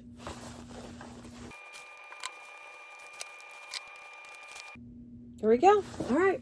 So my lining is all ready to go. I'm going to grab my lining piece here. I'm going to look to see where my back is. This is the back of my bag. This is the front of my bag. So I'm going to put it in where I like my zipper pocket to be in the back of my bag. So I'm going to go ahead and do that. Now, using the center points of your lining, you should still have that little notch there if you use notches. And I'm going to match it to where I've notched my main body. So let me go ahead and take my tape off. Oh, I don't know where I stopped and started. I did such a good job hiding my stop and start point there on my tape. There we go. So I'm going to take this off. There we go. And I'm going to match my center points. Now I will use like a clip just to hold it like that when I put it on. And that just stabilizes that point as I go around matching my center points. I'm going to go opposite side, match that center point. And then I'm going to go to the side. Now, remember, we have a gusset, so we don't have an actual seam here. So you're just going to match your lining, the seam of your lining, to that center notch on your gusset, the top of your gusset. So I'm just going to match that, which I like this because you don't have your, you don't have two opposing seams. When you have that extra bulk. I'm going to put two clips in here. I'm just going to put one on each side. And then I'm going to do the exact same thing on the other side. And yes, you do have to fight with the sticky sometimes when you do it this way. So if you choose to do it this way, you will have to worry about it sticking and stuff. So you just kind of work with that. All right. Now, basically what I do once I have my center points, I just kind of go around and loosely squeeze the bag, the top, the linings, squeeze it all together. Typically, if you're got it all centered right, you should be able, it should lay. Just, you might have work it in, especially when you have a softer vinyl, you might have to work it in a little bit, but you should be able to work it in. I'm going to squeeze it shut. I'm going to throw a clip in the parts that wants to, because once I go over in the sewing machine with it, it's going to be, it'll straighten itself out.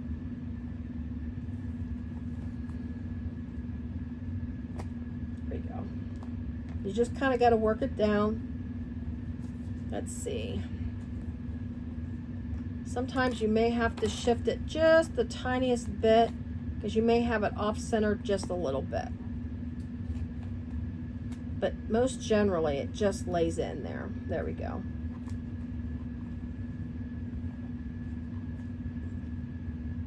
I'm just going to hold it where it wants to pucker out there. I'm going to squeeze it shut where so it sticks. There we go. Make sure your lining set's just almost exactly level. I tend to like put it just a tad bit below it. I mean, just the slightest bit. You don't want to go too far below because then you're going to miss it with your top stitching, especially if you're sewing on the top with a flat bed. Whew, I cannot talk. All right, now I got to work this in here. Through it. All right, guys, I am back. So I've got it turned wrong side out so I can top stitch with my top thread being on the exterior. I have top stitched with my bobbin thread to be on the top. It doesn't look too bad, but I really want this to finish off really nicely. So that's why I'm doing it this way. So if you've got a flatbed and you want that top stitch to look good from your top thread, then you definitely want to turn it inside out and stitch that way. We're not back stitching on this panel. I'm going to show you, it's going to take an extra step and add a couple of minutes to the video, but I'm going to show you how to hide your threads in your bag so you don't back stitch, but yet you're pulling your threads through and you're going to hide them down inside your seams. So we'll show you how to do that on this bag. All right, so I'm going to start stitching, and since I'm going to pull all my threads through, I'm going to start here on the side. Now, when you get to the front and the back panel, you've got things you have to worry about. You've got your handle and your zipper placket. That's going to be in the way, so you will have this bulk as you're sewing over it. So be very careful. If you have a cylinder arm, you're almost golden to get through this without issue. Just go very slow when you get through these pieces here, because it'll pump your bag up off the bed of the sewing table. Make sure your your slip pocket in the front, make sure that's out of the way as you go through there. And I mean, just go slow. That is the biggest thing you can do, is go slow as you top stitch through the bag. And then once I get through top stitching it, we'll just do a fast forward on that so you can see me top stitch and see me hopefully fast forward all my struggles that I may go through, may or may not go through.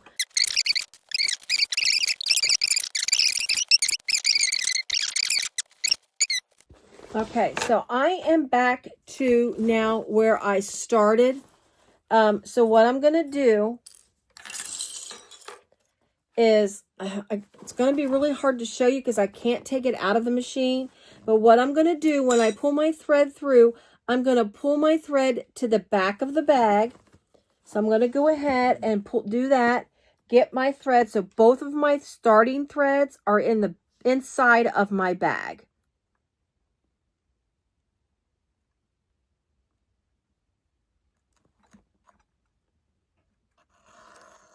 Okay, let's see if I can somehow turn the bag without losing it. So, there's the front of my bag here. Here's the inside of my bag under here. So both of my threads are now pulled out into the inside of my bag. I hope I could show you. I hope that went through. So now towards the end here, I am going to slowly approach where I started my stitching.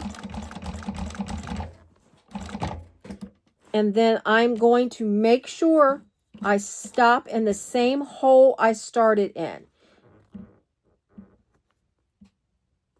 I'm just going to make the slightest little adjustment. Stop. Bring my needle down. Take my needle down. Bring it back up so it loops through. All right. Now I'm going to pull it out. Get these threads out of the way. The ones the starting threads, where you've got your threads here, your ending threads. I'm going to pull these out. Again, I'm pulling them a little extra long. Oh, look at that. I just played chicken bobbin. I just ran out of bobbin. Right here, it is filmed. I won chicken bobbin. Sorry, I had to do it. So, perfect. Snip that off. I mean, look at that. The bag's done. No more stitching. Out of bobbin. Right here. Okay. So both threads, I'm still holding on to it. Grab your bottom thread, the thread that's inside of your bag. Grab that thread here. All right, we're going to pull this thread through. Find your loop. Pull that thread through like that. So I've got all 4 threads on the inside of my bag. You're not tying them yet. What you're going to do is you're going to pull your threads straight out. Let's see if I can pull this way. So pull your threads straight out like this. All right, so let me raise my camera a little bit so you can see what I'm doing. This is important. If you've never done this, I want to show you how to do it. Whoa, sorry about that. Didn't mean to make you dizzy. Okay, so got my threads. I'm pulling them out straight out. I'm going to trim them all the same length. Keep them tight. Got them all the same length. Hang on to it. Don't let go. I'm going to put them all together. And yes, if you have to moisten it a little bit, like you're threading a needle, because that's what you're going to do. You're going to grab you a needle that has not a huge hole, but a nice, you can see where it's a nice thin, skinny kind of head, but it's got a big opening. That's kind of a needle you want. And then you are going to do your best to thread that needle with all 4 of these threads. And yes, it takes a minute. Sometimes I can get a couple in and I'll pull those through and then I'll grab what's left over. If you got a needle threader, go for it. I do not have a needle threader. I usually don't have too many issues threading a needle regular, just threading it with one thread. I just need a little light. So I'm just going to try to get as many threads through here as I can. I got 2 of them. So I'm going to pull those threads out so I don't lose that. I'm going to grab the other 2 that need to be threaded in. I'm just going to hold on to those 2 that's already in there. And that's usually how I have to do it. Usually I'll go either 2. There, we got it. We got it. Woohoo! So all 4 of my threads are in the needle like that. Let's take the back to the close to the camera. All right. What I'm going to do, pull them all through like this. I'm going to take the needle, go back through the center hole. Let's see if I can fold it down so you can see. If you look really close to the camera, you're going to see there's no stitching there. There's no stitching there. What you're going to do is you're going to go through that center hole. That will finish off this stitch and this stitch. If you go through any of the other holes, you'll have like a stitch that stretches all the way across or vice versa. That you don't want that. You want to go right through that center hole. So I'm going to take my needle, all of my threads. This is why I say having a very long thread helps you out because it makes it easier for you to go through. So you're going to go through that center hole, but instead of going through all the way to the other side, you're going to go up through the center. You're going to bring your needle up right in here between where your lining and your front of your bag meet. So I'm taking this needle, going through that center hole. Let me get a little closer so I can see it. There we go. Threading that needle up through that center like that. See how the needle's coming out in between? So you're going to take that, pull all 4 of your threads through like that. Make it nice and tight. Keep your well, don't take you'll take your needle off here in just a second, but nice and tight. Make sure all of your threads, see there's a little bit of a pucker on that one. So pull your threads nice and tight. There you go. So there you go. See how they all looks like it's been stitched right. Now I'm holding it, so that's why it looks, but everything's nice and clean on that edge. No back stitching. And then go ahead and take your needle off for now, because you're going to tie off these threads now. So go ahead and do your tying in between and try to make your knot as tight as possible. So when you knot it, it goes down inside the bag. I'm going to do 2 knots. If you go too many, it will show. So you don't want to go like 3 or 4. I just do 2. I'll show you here in just a second. Kind of push her down. So you see that where they're sticking out like that. I've got my knot tied, two knots on that knot, 2 knots on that tie. I'm going to grab my needle. You're going to rethread your needle And I'm going to clean my ends of my threads up. That's another reason why I keep my threads long, because I like I like to trim them to keep them straight. Oh, please don't hit the floor. Oh, I feel like my needle's going to hit the floor. There we go. So I'm going to rethread my needle. See how many threads I can get through the needle. Oop, let's see. We got 2. All right, let's get the other 2 now. Hold on to those. Don't let them go. Let's see if I can get these. There we go. I'm trying to put them as close together, so maybe we can do the same thing. Get those. Oh, look at that. Look at that. Don't. Yay. Woohoo. All right. I'm rethreaded. Now you're going to take your needle, go back down in between the layers, because now you need to hide threads.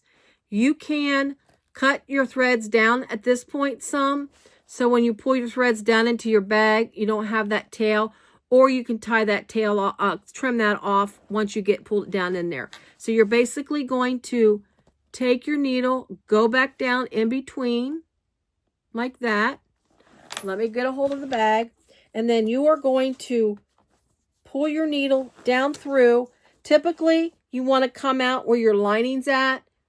That way you can hide the needle coming out. You do not want to come out, obviously, with your needle on the vinyl, because of course you'll have a hole there. But what you're basically doing is you're taking your threads, hiding your threads tail, and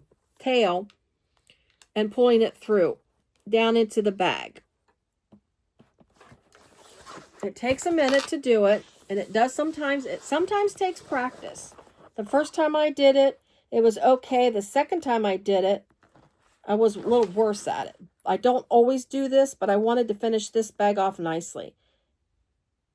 So give me a second. I just got to find a nice spot where I can get it down in there and I'm not puncturing holes into my bag. It's very tight. There we go. I don't know if it's moving. I'm going to grab a pair of pliers. It's easier for me to use pliers to push the needle down in there. Make sure I'm not going through the other side. It went down in there rather too easy. There's that. There it is. And there is my... Okay, I'm just making sure it stays clean. It's getting a little messy here. If you've got a long enough needle, you should be able to pull that. All right, pliers don't work. Pliers breaks needle. So I'm going to pull my needle back out. I'm going to show you another way. But that's what you want to do, is you want to get that needle down in there and pull it out. If you have a longer needle, I would advise that. It would make it easier to go through that. Otherwise, this is the other way. When you break the tip of your needle and you can't use it anymore,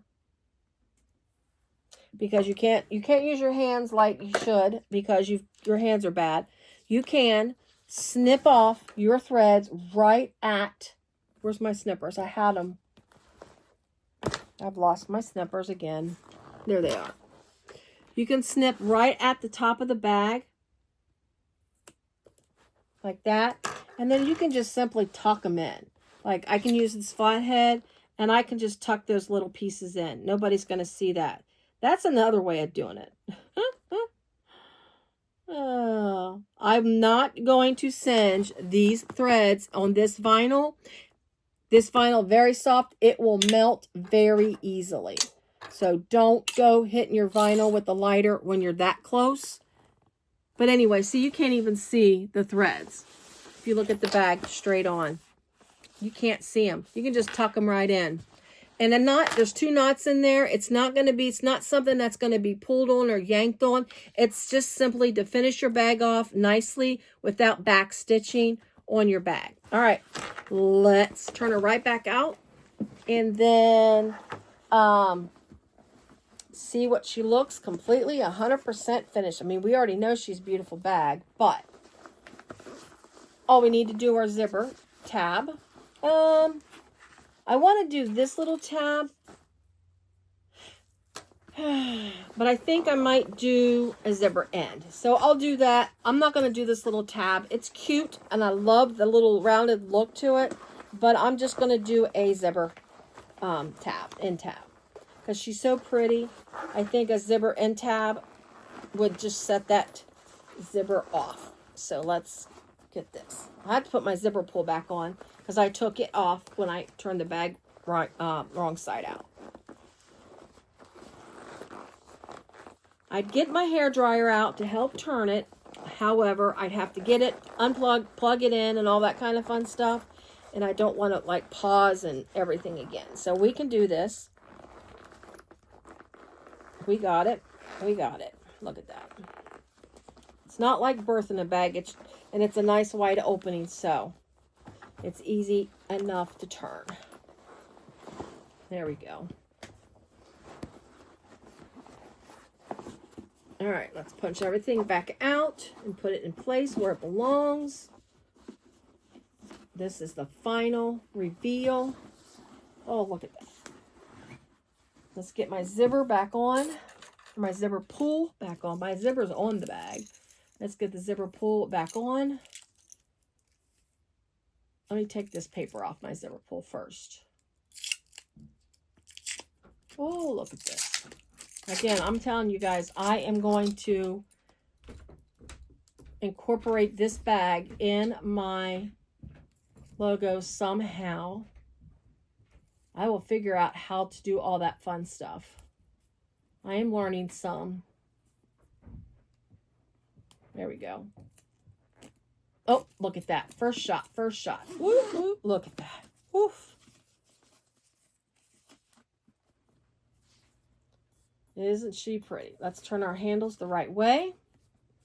It's the finished edges on the thing. Oh my, look at that. And then look, we got the snap closures on the side. Whoops, there we go.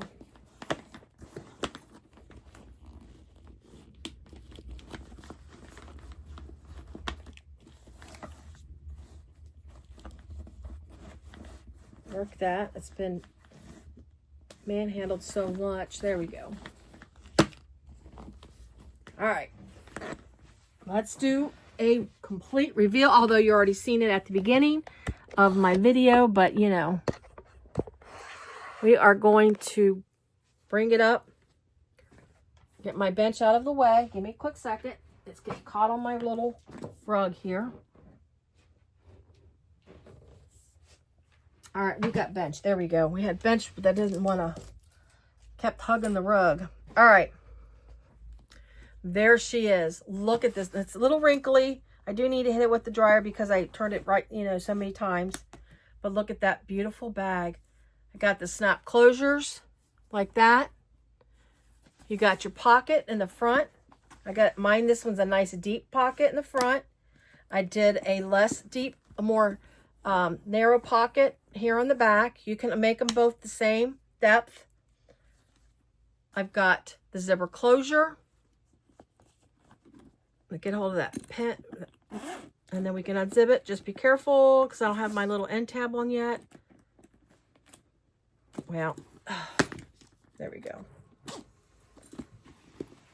There's that. There's the inside. Nice fitted lining. Yours is your welt pocket, welt zip pocket, your slip pockets, and your zipper pocket.